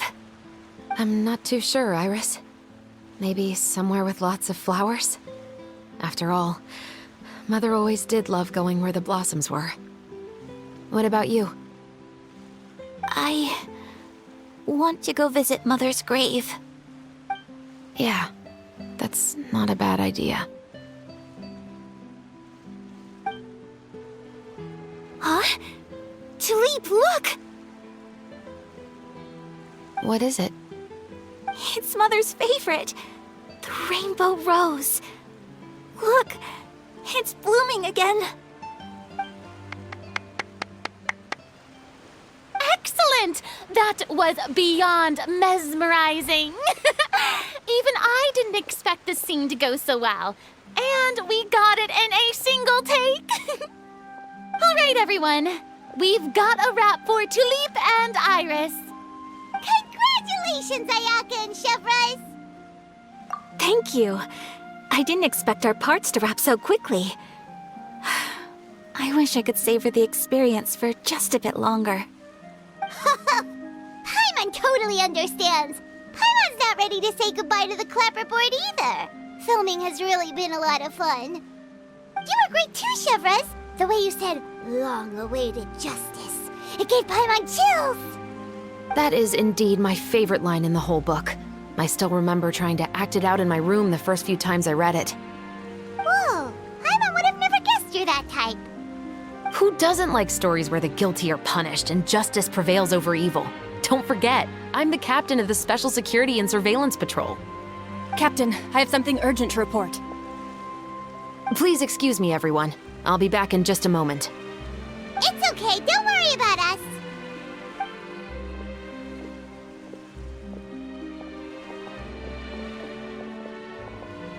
Oh? Was she whisked away by work already? I was just about to tell her how great she did. It seemed like some urgent official business. Then perhaps we should thank the stars that we were able to wrap both of your parts so quickly today. Switching around the filming schedule would have been a real pain. Anyway, I actually came over to let everyone know that we're all done for today. You can go home and get some rest. And one last thing, Miss Ayaka. Your acting skills today were immaculate as always. Are you sure you won't consider taking up full-time acting? See, I just happen to know this great troupe that's still looking for a lead actress. Thank you for your kind words, Director Farina. Unfortunately, there are still many matters that I have to take care of back home at the Yashiro Commission. I cannot remain in Fontaine to pursue an acting career. Nevertheless, I will make sure to treasure this incredible opportunity in my heart. Oh, that's a shame, but I understand. Just let me know if you ever change your mind. I believe it's also about time for me to take my leave. But hopefully I'll see you on set over the next few days. Even though my part's wrapped, I'd still like to swing by and help out the crew. See you tomorrow, Traveler and Paimon. Yep, see you tomorrow! Well, what should we do next? Maybe we'll go investigate the case some more with Chevres today. Traveler, Paimon, please come with me. Huh? Where are we going? You could say that our ship has finally chanced upon one of those small, remote islands of intel.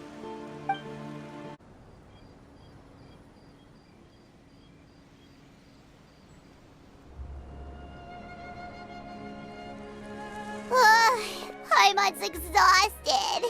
Paimon definitely didn't expect having to float this far after a full day of filming. So, Chevres, why did you take us here? Affirmative. It wasn't anything conclusive, but it should show us a clear way forward. Have you ever heard of someone by the name of Emily? Oh, you mean that famous perfumer? She's a good friend of mine. She's lent me her aid several times in the past to resolve some difficult cases. After I discovered the rainbow rose at the scene of the murder, I sent it to her. After all, she's probably the foremost expert on flowers and scents in all of Fontaine. And then? There was nothing remarkable about the flower or the trace amounts of soil left on it. But according to Emily, the rainbow rose left by the killer was derived from a very rare cultivar. Huh. Paimon didn't know that there were different varieties of rainbow rose. Paimon just thought they grew everywhere in the wild.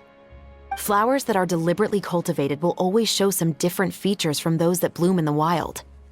We already knew that the rose left at the scene belonged to a special cultivar, but with Emily's expertise, we were able to pinpoint the place where it was first picked from. Oh, Paimon gets it now. So whoever first planted that rainbow rose was probably the killer. Precisely. And after we checked what we learned against some sales records from the past, we discovered that there's only one person in all of Fontaine who could grow and sell this specific cultivar. Really? And who is it? It's the novelist. But didn't you say he had an alibi? To be clear, I haven't changed my mind about him. I still don't think he was the one who pulled the trigger. However, that doesn't mean the true culprit never visited him at his home or never purchased a rainbow rose from his garden. Whatever the case, we will have to confirm a number of things with him. So you mean the next place we need to go is... Yes, we're going to pay him a visit at his home. That should be his house. There are so many Gardamex stationed around the place. That's pretty unusual, right? According to what he told me last time we spoke, he hired them so he won't be harassed or disturbed. Huh. So there are a lot of flowers in his garden, but Paimon doesn't think we'll be able to pick one without alerting the Gardamex. Right, which is exactly why I think there has to be a special connection between him and the killer. So, should we knock? Just wait here for now. I'd like to take care of a number of those Gardamex first. But they're so far away. How are you planning to do that? Don't forget, Paimon, I'm actually the real-life captain of the Musketeers. All clear. Let's go. Wait! Paimon's a little nervous now that we know he could be the killer. Can we go over our plan of action again? I'll go knock on the door and make sure it's safe inside. Once we're sure that we're in the clear, I'll ask him to come with us for a quick round of questioning at the guard's headquarters. But can't we just arrest him? We still have no evidence that he's the killer, or that he lent the killer any direct aid. Still, it would be appreciated if you could pick a rainbow rose from his garden for me while I'm talking to him. It'll help the Marechaussee Phantom confirm Emily's theory. Sure, no problem. Just be careful, Chevres.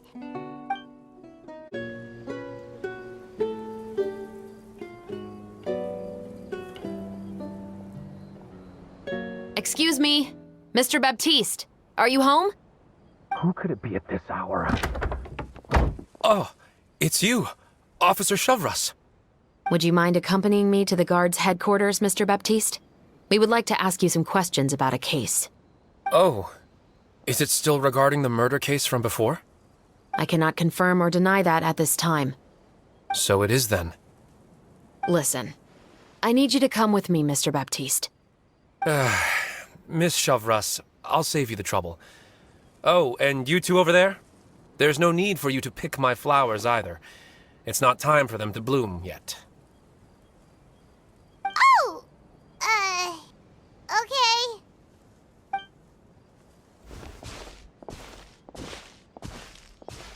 By saving me the trouble, you mean...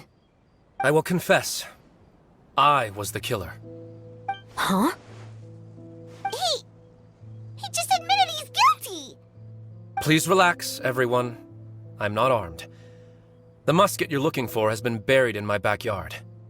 Then it's my responsibility to inform you, Mr. Baptiste, that everything you say right now will be used as evidence for the inevitable trial. Yes, I am perfectly aware of that. I must say, I hate this feeling. Oh? Is it because I confessed? Or because you've been proven wrong? Both, I suppose. For the same reason as the one I wrote out in my novel, of course. I did it to exact revenge. I know you haven't figured out the link between the two of us. Had you done so, I'd have been taken away to the headquarters a long time ago. But that won't stop me from always remembering his grotesque face. After all, he was the one who killed my mother. Your mother is still healthy and well. You know, I was adopted as a child. I was referring to my birth mother. That was never recorded in the orphanage's records. Please forgive a 6-year-old child for concocting some lies to protect himself after watching his mother die right in front of him. So, your novel, it was like a record of your life? No, of course not. It was a work of fiction with many embellished parts. But I am indeed the illegitimate son of a wealthy and influential man who abused his power to murder my mother. That part was 100% real. But the man you killed didn't have a Mora to his name. He was a hired assassin, an irredeemable beast who sank his fangs into a defenseless woman just for a few bags of Mora. But if that's really the truth, you wouldn't be telling us any of this now. You still haven't managed to take revenge against your father, the true mastermind behind it all. I never thought I'd hear that kind of thing from the captain of the Special Security and Surveillance Patrol. I'm simply skeptical about your motives. It's simple, really. I've grown tired of everything and don't want to shoulder this burden anymore.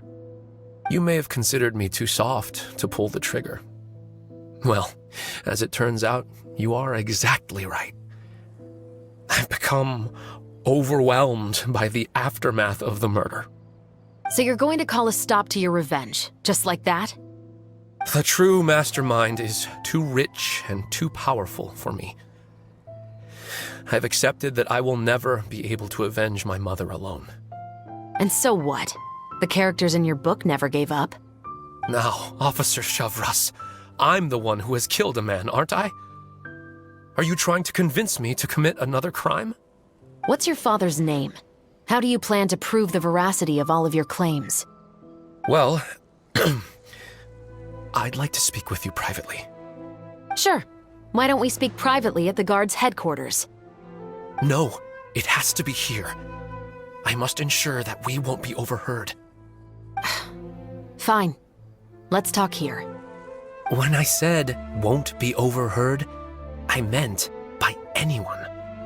I would like to speak with you and you alone.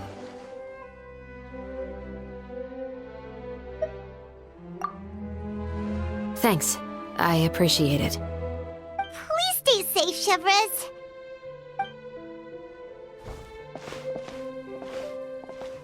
All right. Let's hear it. Will you really believe what I'm about to say? Well, that depends on what you're going to tell me. Fair enough. Fair enough. Then listen closely.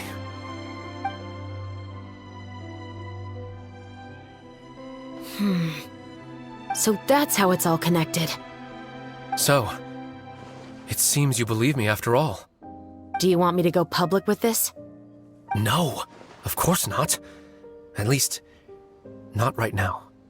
Then why did you bother telling me? You've read my work. What do you think? Even if you were to go public with all of this right now, he'd simply deny everything. It's been too long. Almost 20 years. Anything that could be used as evidence has long faded away. Even if there might have been a solitary island of truth once upon a time, it has long sunk beneath the waves by now.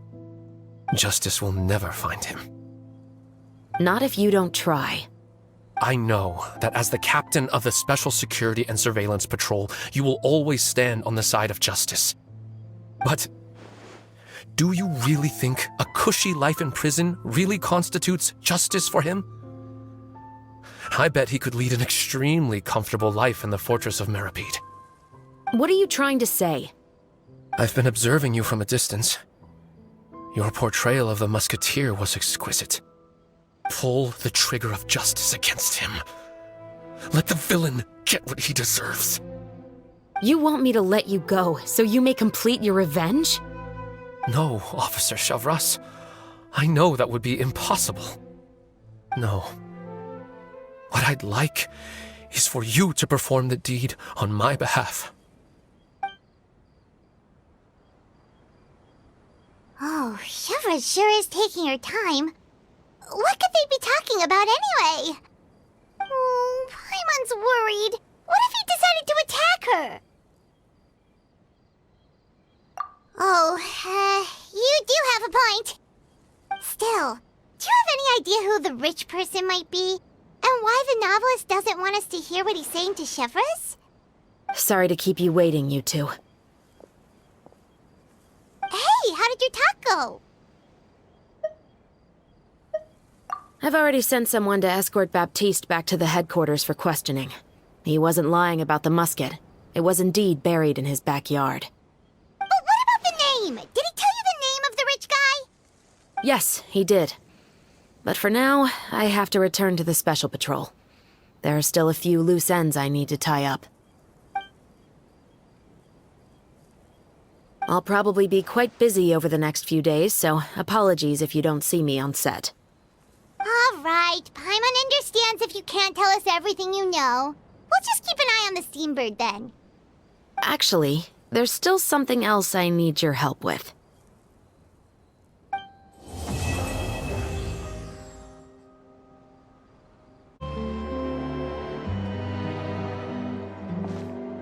Good morning!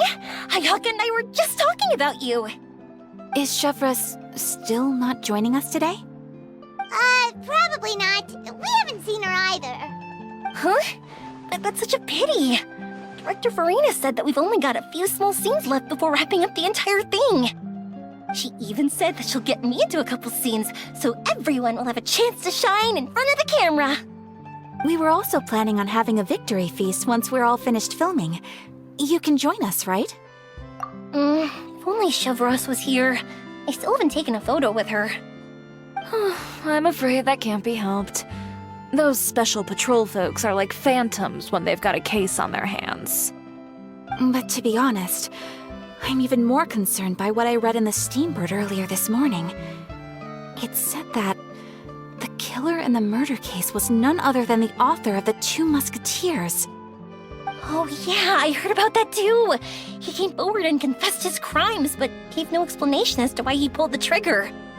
We didn't know about this case at all when we joined the film. Is it going to affect the reception of our work? From a pure publicity standpoint, this will draw a lot more attention to our film. I have to say, though, that no director can be perfectly comfortable with garnering attention through means other than artistic skill. To be fair, I feel like that ship sailed the moment you allowed yourself to be named as the director on our posters. It's not my fault that I'm super popular. What was that saying again? My popularity has, Sunk to an all-time low?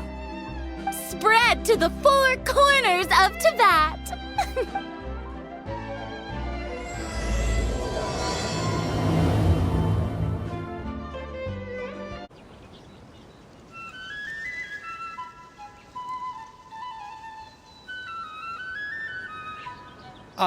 Excuse me, everyone. Xavier! Feels like it's been ages since we last saw you. I've been talking non-stop with the Film Association, and I'm absolutely swamped trying to coordinate the film's marketing. So forgive me for not being around more often, but please believe me when I say that I will make sure everyone's hard work gets the exposure it deserves. Oh, seems like you've been fighting your own battles. Yes, that's one way to put it. Oh, and before we begin the final round of filming, please allow me to finally introduce you to the original investor of our film, Mr. Morris. A pleasure to meet you all. Yes, glad to make your acquaintance, Mr. Morris. We've heard about the issues you've encountered with your financial situation, and genuinely hope that things have taken a turn for the better. Oh, well, the situation has Indeed improved somewhat. Don't worry, Mr. Morris. Accidents and last-minute challenges happen all the time. There's no need to blame yourself over it. The good news is that we're almost done filming now. And I would even say that this is the best story I've ever seen. Is that so? I say that was great news. All right, now that we've gotten all the pleasantries out of the way, let's get this show on the road. We'll mostly be filming typical people and scenery from the streets today to improve the sense of environmental ambiance in some parts of the film. Oh, and there'll be a cameo for Mr. Kamisato and Miss Yoimiya as well. They'll be used to show outsider perspectives on the fates of the two musketeers. That's right. Ayato should be here any minute. Excellent! Then let's start with the scenery shots. Camera and clapper loader, you're up. Yep, we'll be ready. Remember, all we need are some wide zoom shots of the streets. If you happen to find some particularly lovely patches of flowers and grass, feel free to grab some close-ups of those as well. Ready? Lights! Camera! Action! Okay, now move the camera slowly. Try to focus on that flower. What's wrong? Just adjust the focal length a bit. Something the matter? Huh? But wasn't it working fine for all the days before? Veronique, can we try a different camera? No problem. How about this one? All right, let's give it another try. Lights! Camera! Action!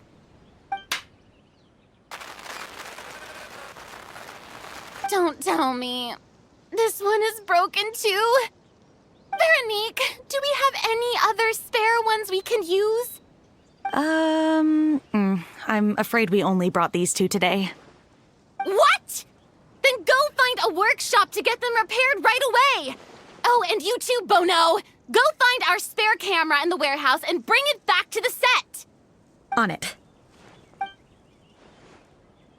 Greetings, everyone. My apologies for the delay.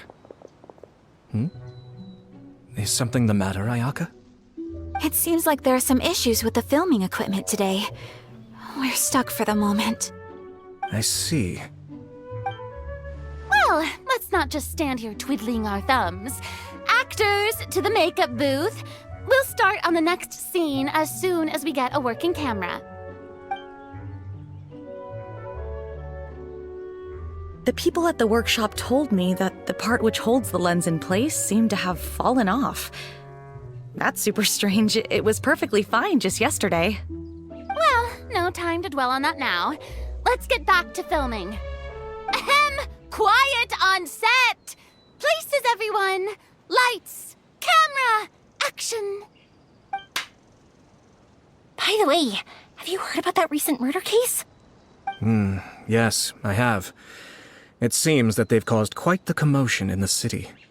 I heard that the chief of the guards is so mad about not catching the culprit that he's about to explode. Oh? I find that quite hard to imagine, considering how he already looks most days. Director, we have a problem. Oh, we're in the middle of a take!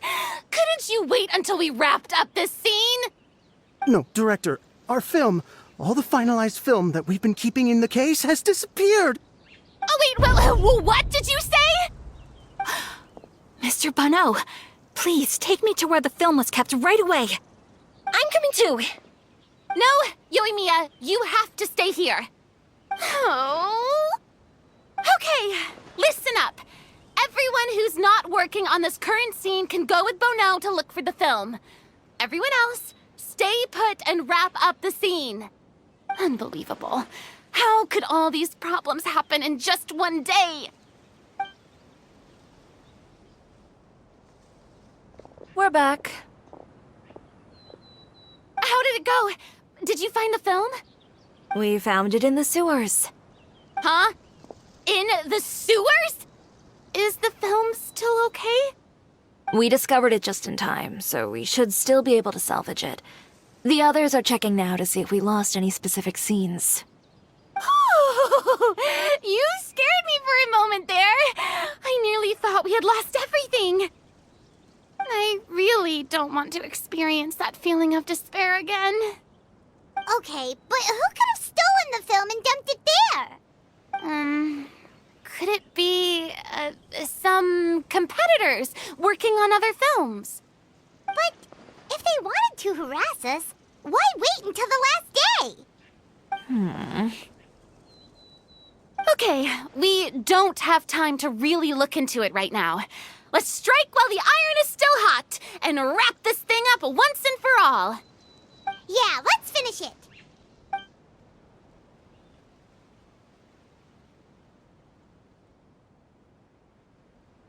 I would like to officially announce that our entry to the festival, The Two Musketeers, has now concluded filming! Paimon is spent. It's so late already. Even though the filming process proved to be extremely challenging, everyone provided valuable and unique contributions to the final product. Thank you all for your dedication and support. And just like Director Farina, I would also like to extend my most heartfelt thanks to all of you. Really, you've all helped me so much. All right, let's save the awards speech for later, and hopefully also get some rehearsals in before the real thing. Anyway, now it's time to party! Let's all make our way to the beach and have a celebration feast so loud and fun that even the blubber beast will want in. Hey, Ayato! How's your work been going? Everything went rather smoothly. Thank you for your concern. Ayato told me that we've already confirmed the dates for some Inazuma Fontaine cultural exchange events. So the next time we visit, we'll be doing so in our capacities as the representatives of the Yashiro Commission. Oh, that's great! Then maybe Paimon will be able to find Fontaine detective novels in Inazuma from now on. Oh, wait. Wouldn't Yaimiko get upset if that happens? That would be stealing some of her business. You've got a point. She's always complaining that light novels have become bland and too predictable after all. The cultural exchange won't only feature literatures of both nations, of course. We have also made plans for cross-cultural engagements in the fields of gourmet cuisine, toy making, and artisan craftsmanship. Whoa! Paimon's getting super excited now! When the time comes, be sure to visit and participate in all the events. Farina! Oh, my darling clapper loader and camera operator. You've both worked really hard. Paimon thinks you worked even harder than us. Honestly, Paimon was getting a little tired of playing with the clapperboard by the end of it. Worst of all, Paimon started having dreams of you shouting, "Lights, camera, action!" into Paimon's ears. The actual dream can't even start until you've yelled that.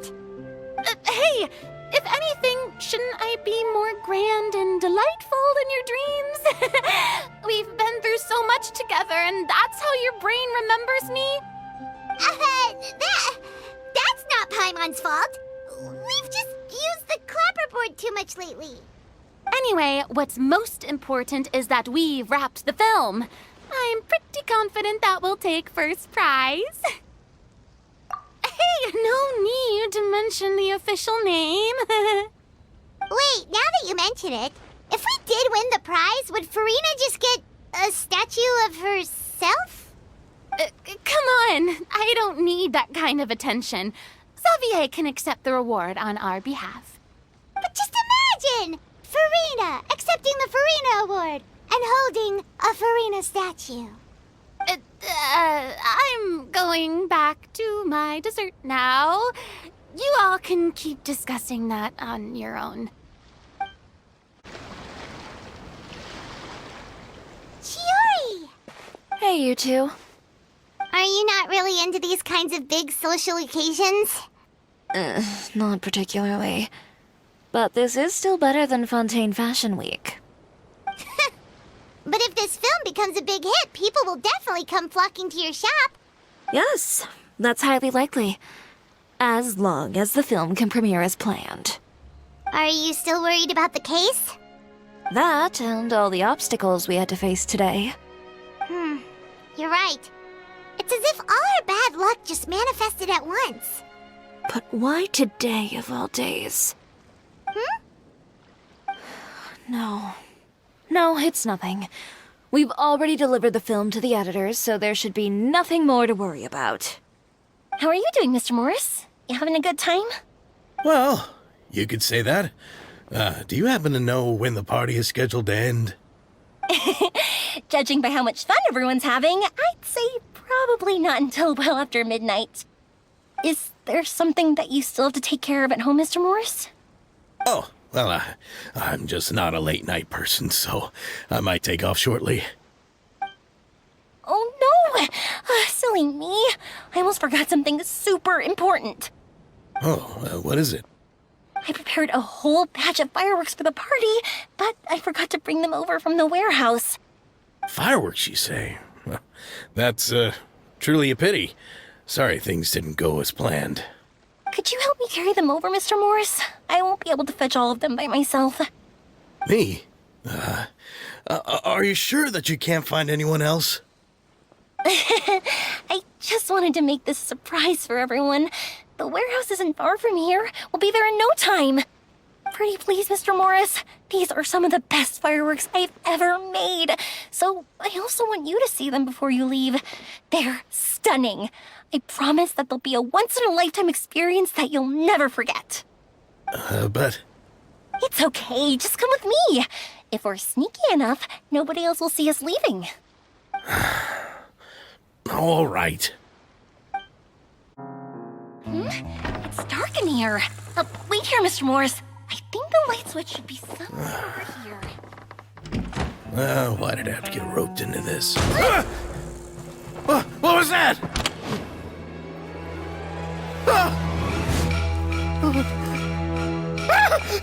Who's there? Get me out! Get me out of here! Did you really think you'd get away, Morris?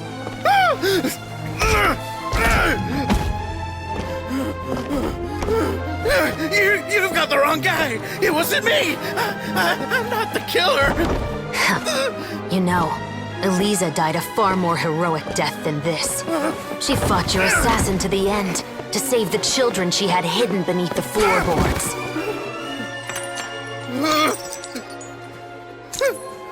That is Eliza's pendant. The one with a photo of you two inside. The one you gave her. Ring any bells? It's a fake! It has to be! There's no way! No way your assassin didn't destroy it, you mean?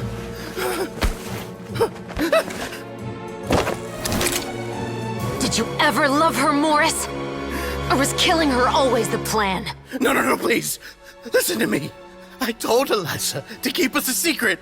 I paid her plenty for her silence. I never thought she'd keep the child.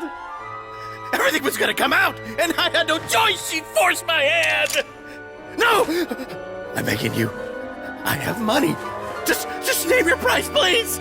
You can keep your Mora, and you can go to hell.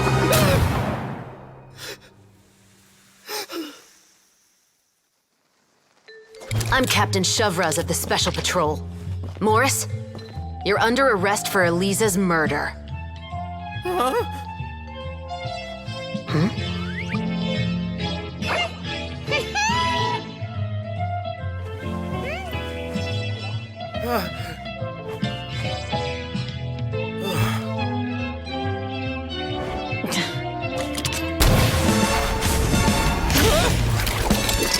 You're under arrest too, prop manager Veronique.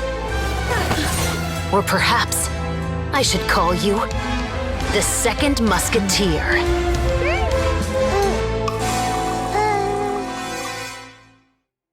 Wait, what's going on? This wasn't in the script. Drop the gun, Veronique. Why? Why would you keep me from exacting revenge on this heartless monster? Drop your weapon. This is my final warning.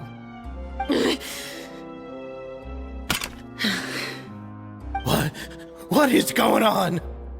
Do I have to spell it out for you, Morris? Everything that took place just now was staged to get you to confess the truth. But this last part is all improv, of course.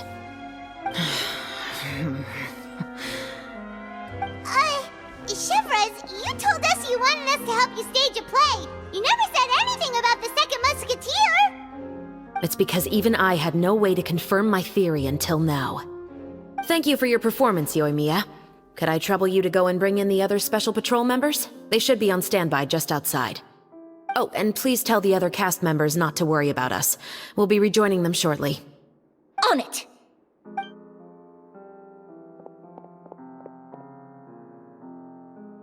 So what do you think, Morris? Care to talk about what happened 20 years ago? My patience is limited, you know. Don't force me to take you back to the interrogation room. I'd wager that you wouldn't last for more than a minute in there. With the recording we made, you have no chance of winning in court. Cooperating with us now is the most practical move. All right.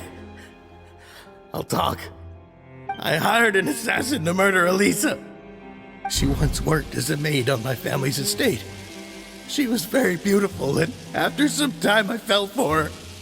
We kept our relationship a secret and carried out an affair for some time, but it wasn't long before she became pregnant. And if my parents ever found out, they would have stripped me of my inheritance and status, driven me out of my home. I also didn't expect Elisa to insist on bringing the pregnancy to term. She even asked me to leave my family and travel far, far away with her. She believed that you were truly in love with her. I didn't have a choice. I gave her a large sum of mora, told her to leave the family and to get rid of the baby. But then years later, she sent me a letter. There were photos of 2 children, and she even asked if I could find some time to visit them.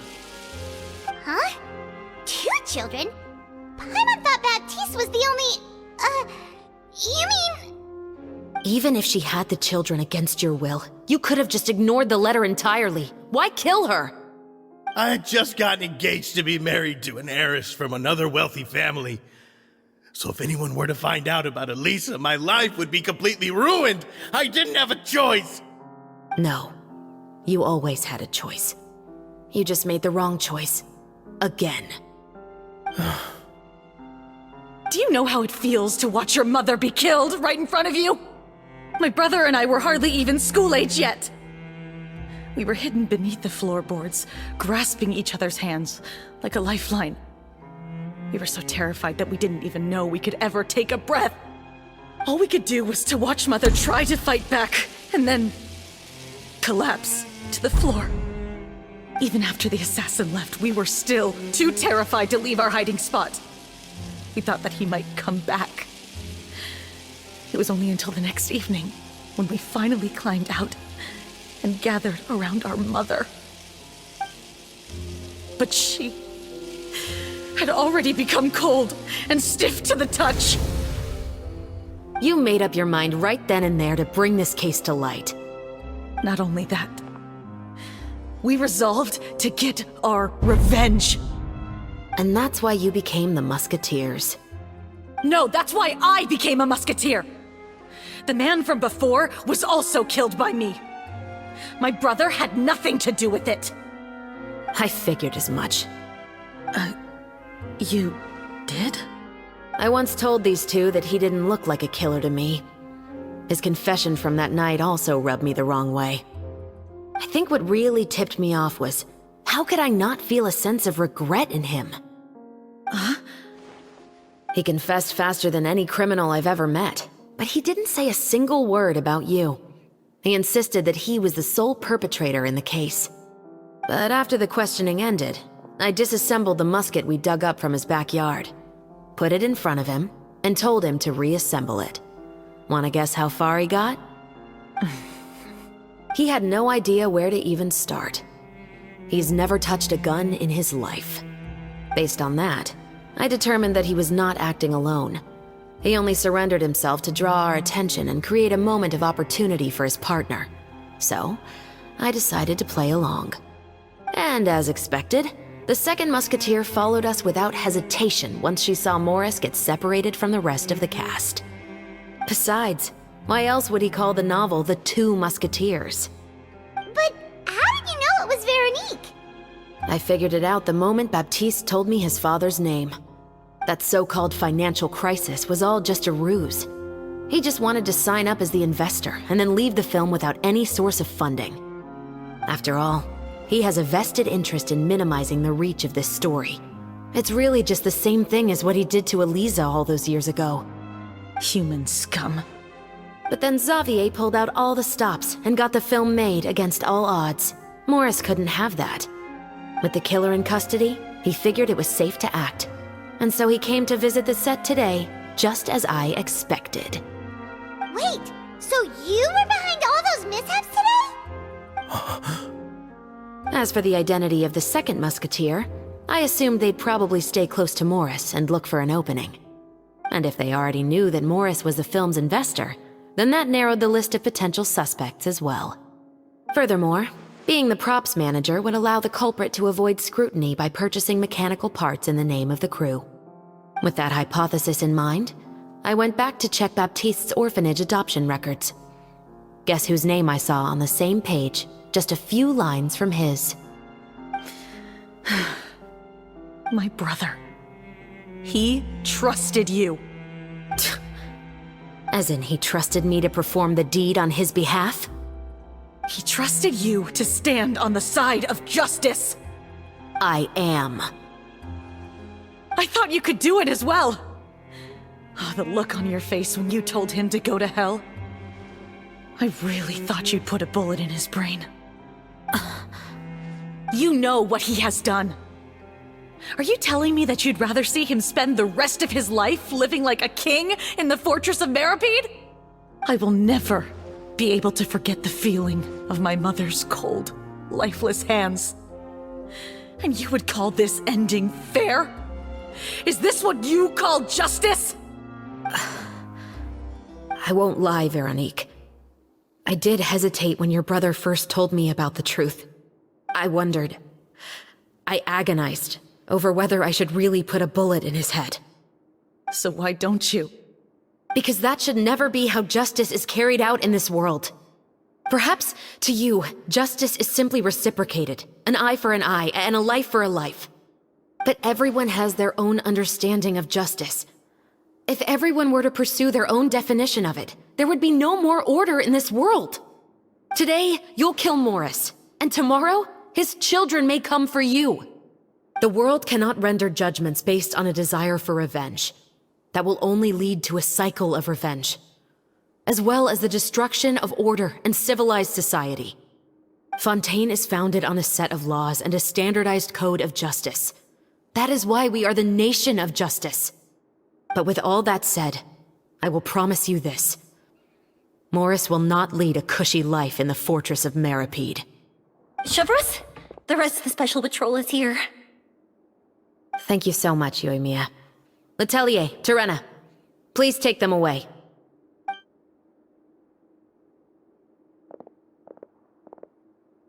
I still can't agree with your reasoning. I know. Justice has not been delivered. At least, not today. Chevreuse. Let's go. We should give an explanation to the crew. Thank you for your concern. I'm fine. I'm just thinking about the things in life that have driven people to take justice into their own hands.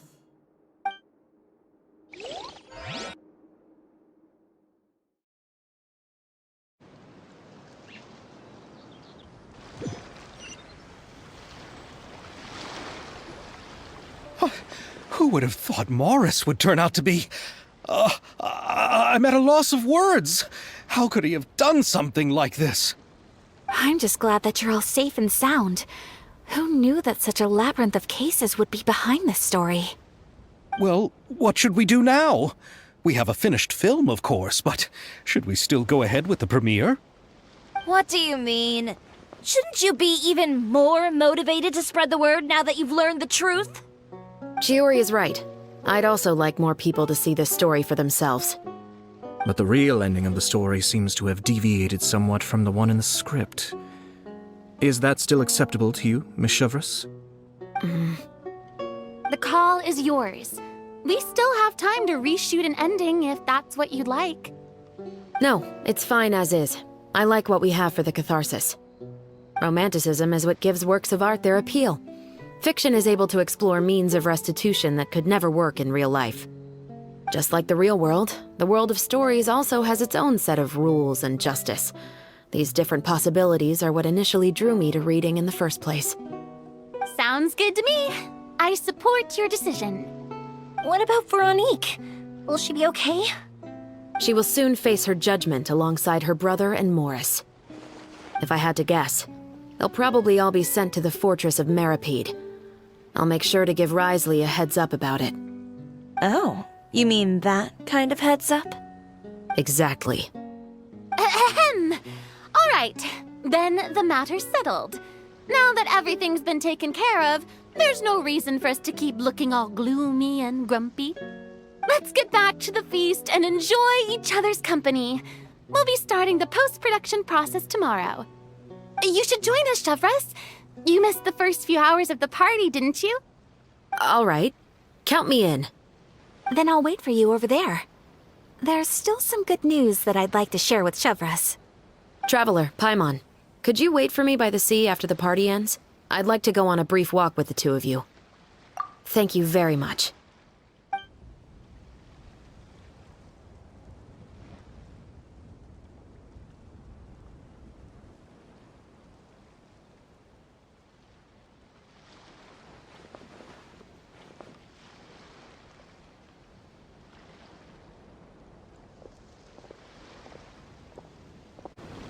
Sorry for the wait. Oh, we weren't waiting long at all. Is there something else you wanted to tell us? No, I don't have anything new to share. I just felt that since you were my investigation partners, I should have another conversation with the two of you. Traveler, how would you have responded to Baptiste's request if you were in my shoes? When I was young, my father often took me here to swim. We'd come rain or shine, even when it was freezing cold. He told me that swimming was the best activity to train one's strength of will. You could never give up before reaching the shore, especially when the water was cold. Oh? Why's that? Because the moment you give up would be the moment you die. At that point, I still hadn't received my vision. One winter, the chilly wind felt almost like knives on my skin, and the seawater was so frigid that it numbed my toes the moment I stepped in. I cried and begged my father to spare me from having to swim across, but he wouldn't listen. He used to be a member of the Special Patrol as well. You could say it was his way of educating his children. That sounds awful. When he saw that I wouldn't stop crying, he just picked me up and tossed me into the icy water. The bone-chilling cold took away my senses. I couldn't feel anything but fear and rage. I waited for my father to save me, but one look and I knew he'd already started swimming for the opposite shore. I realized that if I were to give up, I really would die right then and there. I used all of my strength to try and catch up to my father. Those few minutes felt longer than my whole life up until that point. I did, however, make it to the other side. I've never felt afraid about anything in my life after that, nor have I ever cried again. That way of teaching would have never worked on Paimon. Yeah, I don't think that was the right method for anyone. It's just that, working now as I am in the pursuit of justice, I still sometimes feel like I've been tossed into that winter sea all over again. The anger and the helplessness. Chevreuse. But the worse I feel, the more I know to never give up. The alternative would be to forever lose myself among the waves. Anyway, how about a race? Neither of us will drown, but we can still see who swims faster. You guys go ahead! Paimon will grab the clapperboard to mark the start of the race. Oh, that felt good. You were so fast in the water, Chevreuse. You were swimming even faster than Paimon can fly. So, about the Special Patrol. Did you join because of your dad? Partly, but I'd say I was more inspired by the heroes I read about in stories growing up. Oh, so it's due to your love of stories. Of course, it was only after I joined the Special Patrol that I learned that truth is often stranger than fiction. Come on, let's walk a bit more.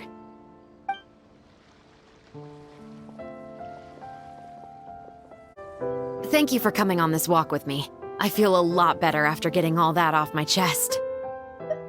Huh. We're nearly back at Baptiste's house. Huh, you're right. I didn't realize we were so close. He really did plant a lot of flowers. It's just like how he described it in the story. Huh? Wait. Paimon, Traveler, look! The rainbow roses in the garden. They're in full bloom now.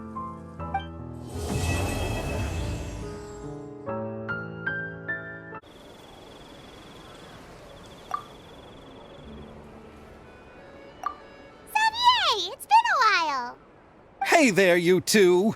Sorry I've been scarce. I've been buried in marketing and preparing the film for release ever since we wrapped post-production. The award ceremony is today, right? Paimon wonders if we'll win the Farina Award. I'd give it a 90% chance. Farina! Oh, Paimon didn't know you were already here. You're earlier than everyone else. I'm sure the others will also be here in no time. Xavier, if we end up getting called on stage, shouldn't you come up with a name for our crew? What? But we don't even know if we're going to win. I wouldn't want to jinx our chances by celebrating early.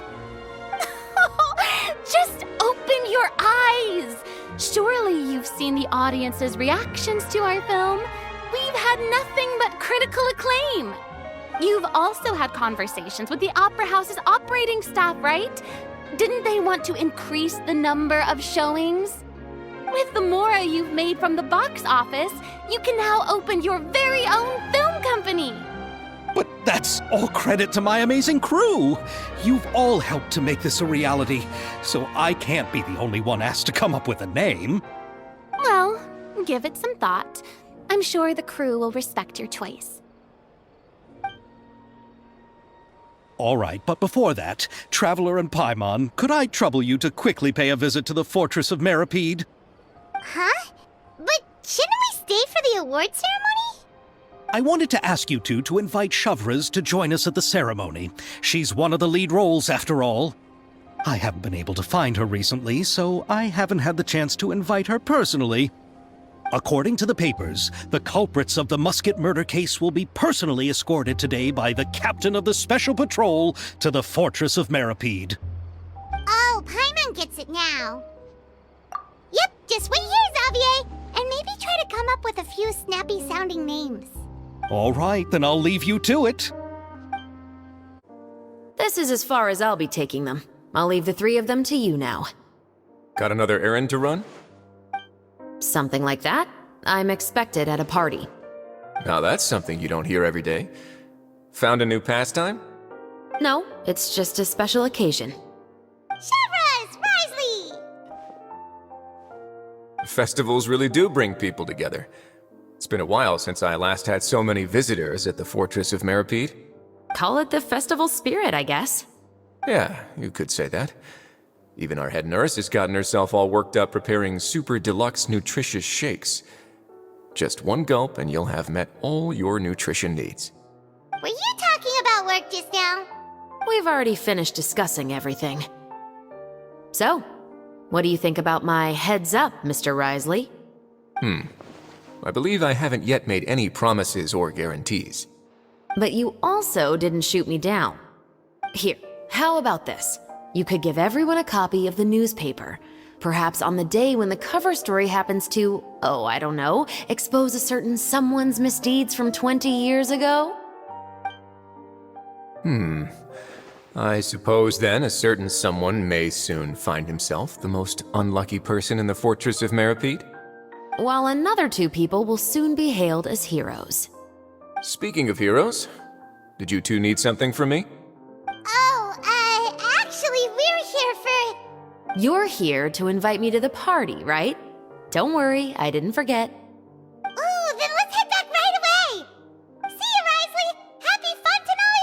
Festival! And the same to you. And the winner of the Farina Award for the first Fontanalia Film Festival is... the Two Musketeers!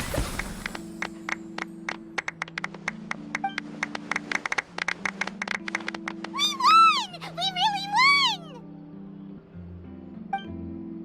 Congratulations, Mr. Xavier. We won? I can't believe it! I really can't thank all of you enough! See? My takes on Fontaine's entertainment industry have never been wrong. Now, please welcome to the stage the producer of the Two Musketeers, Mr. Xavier!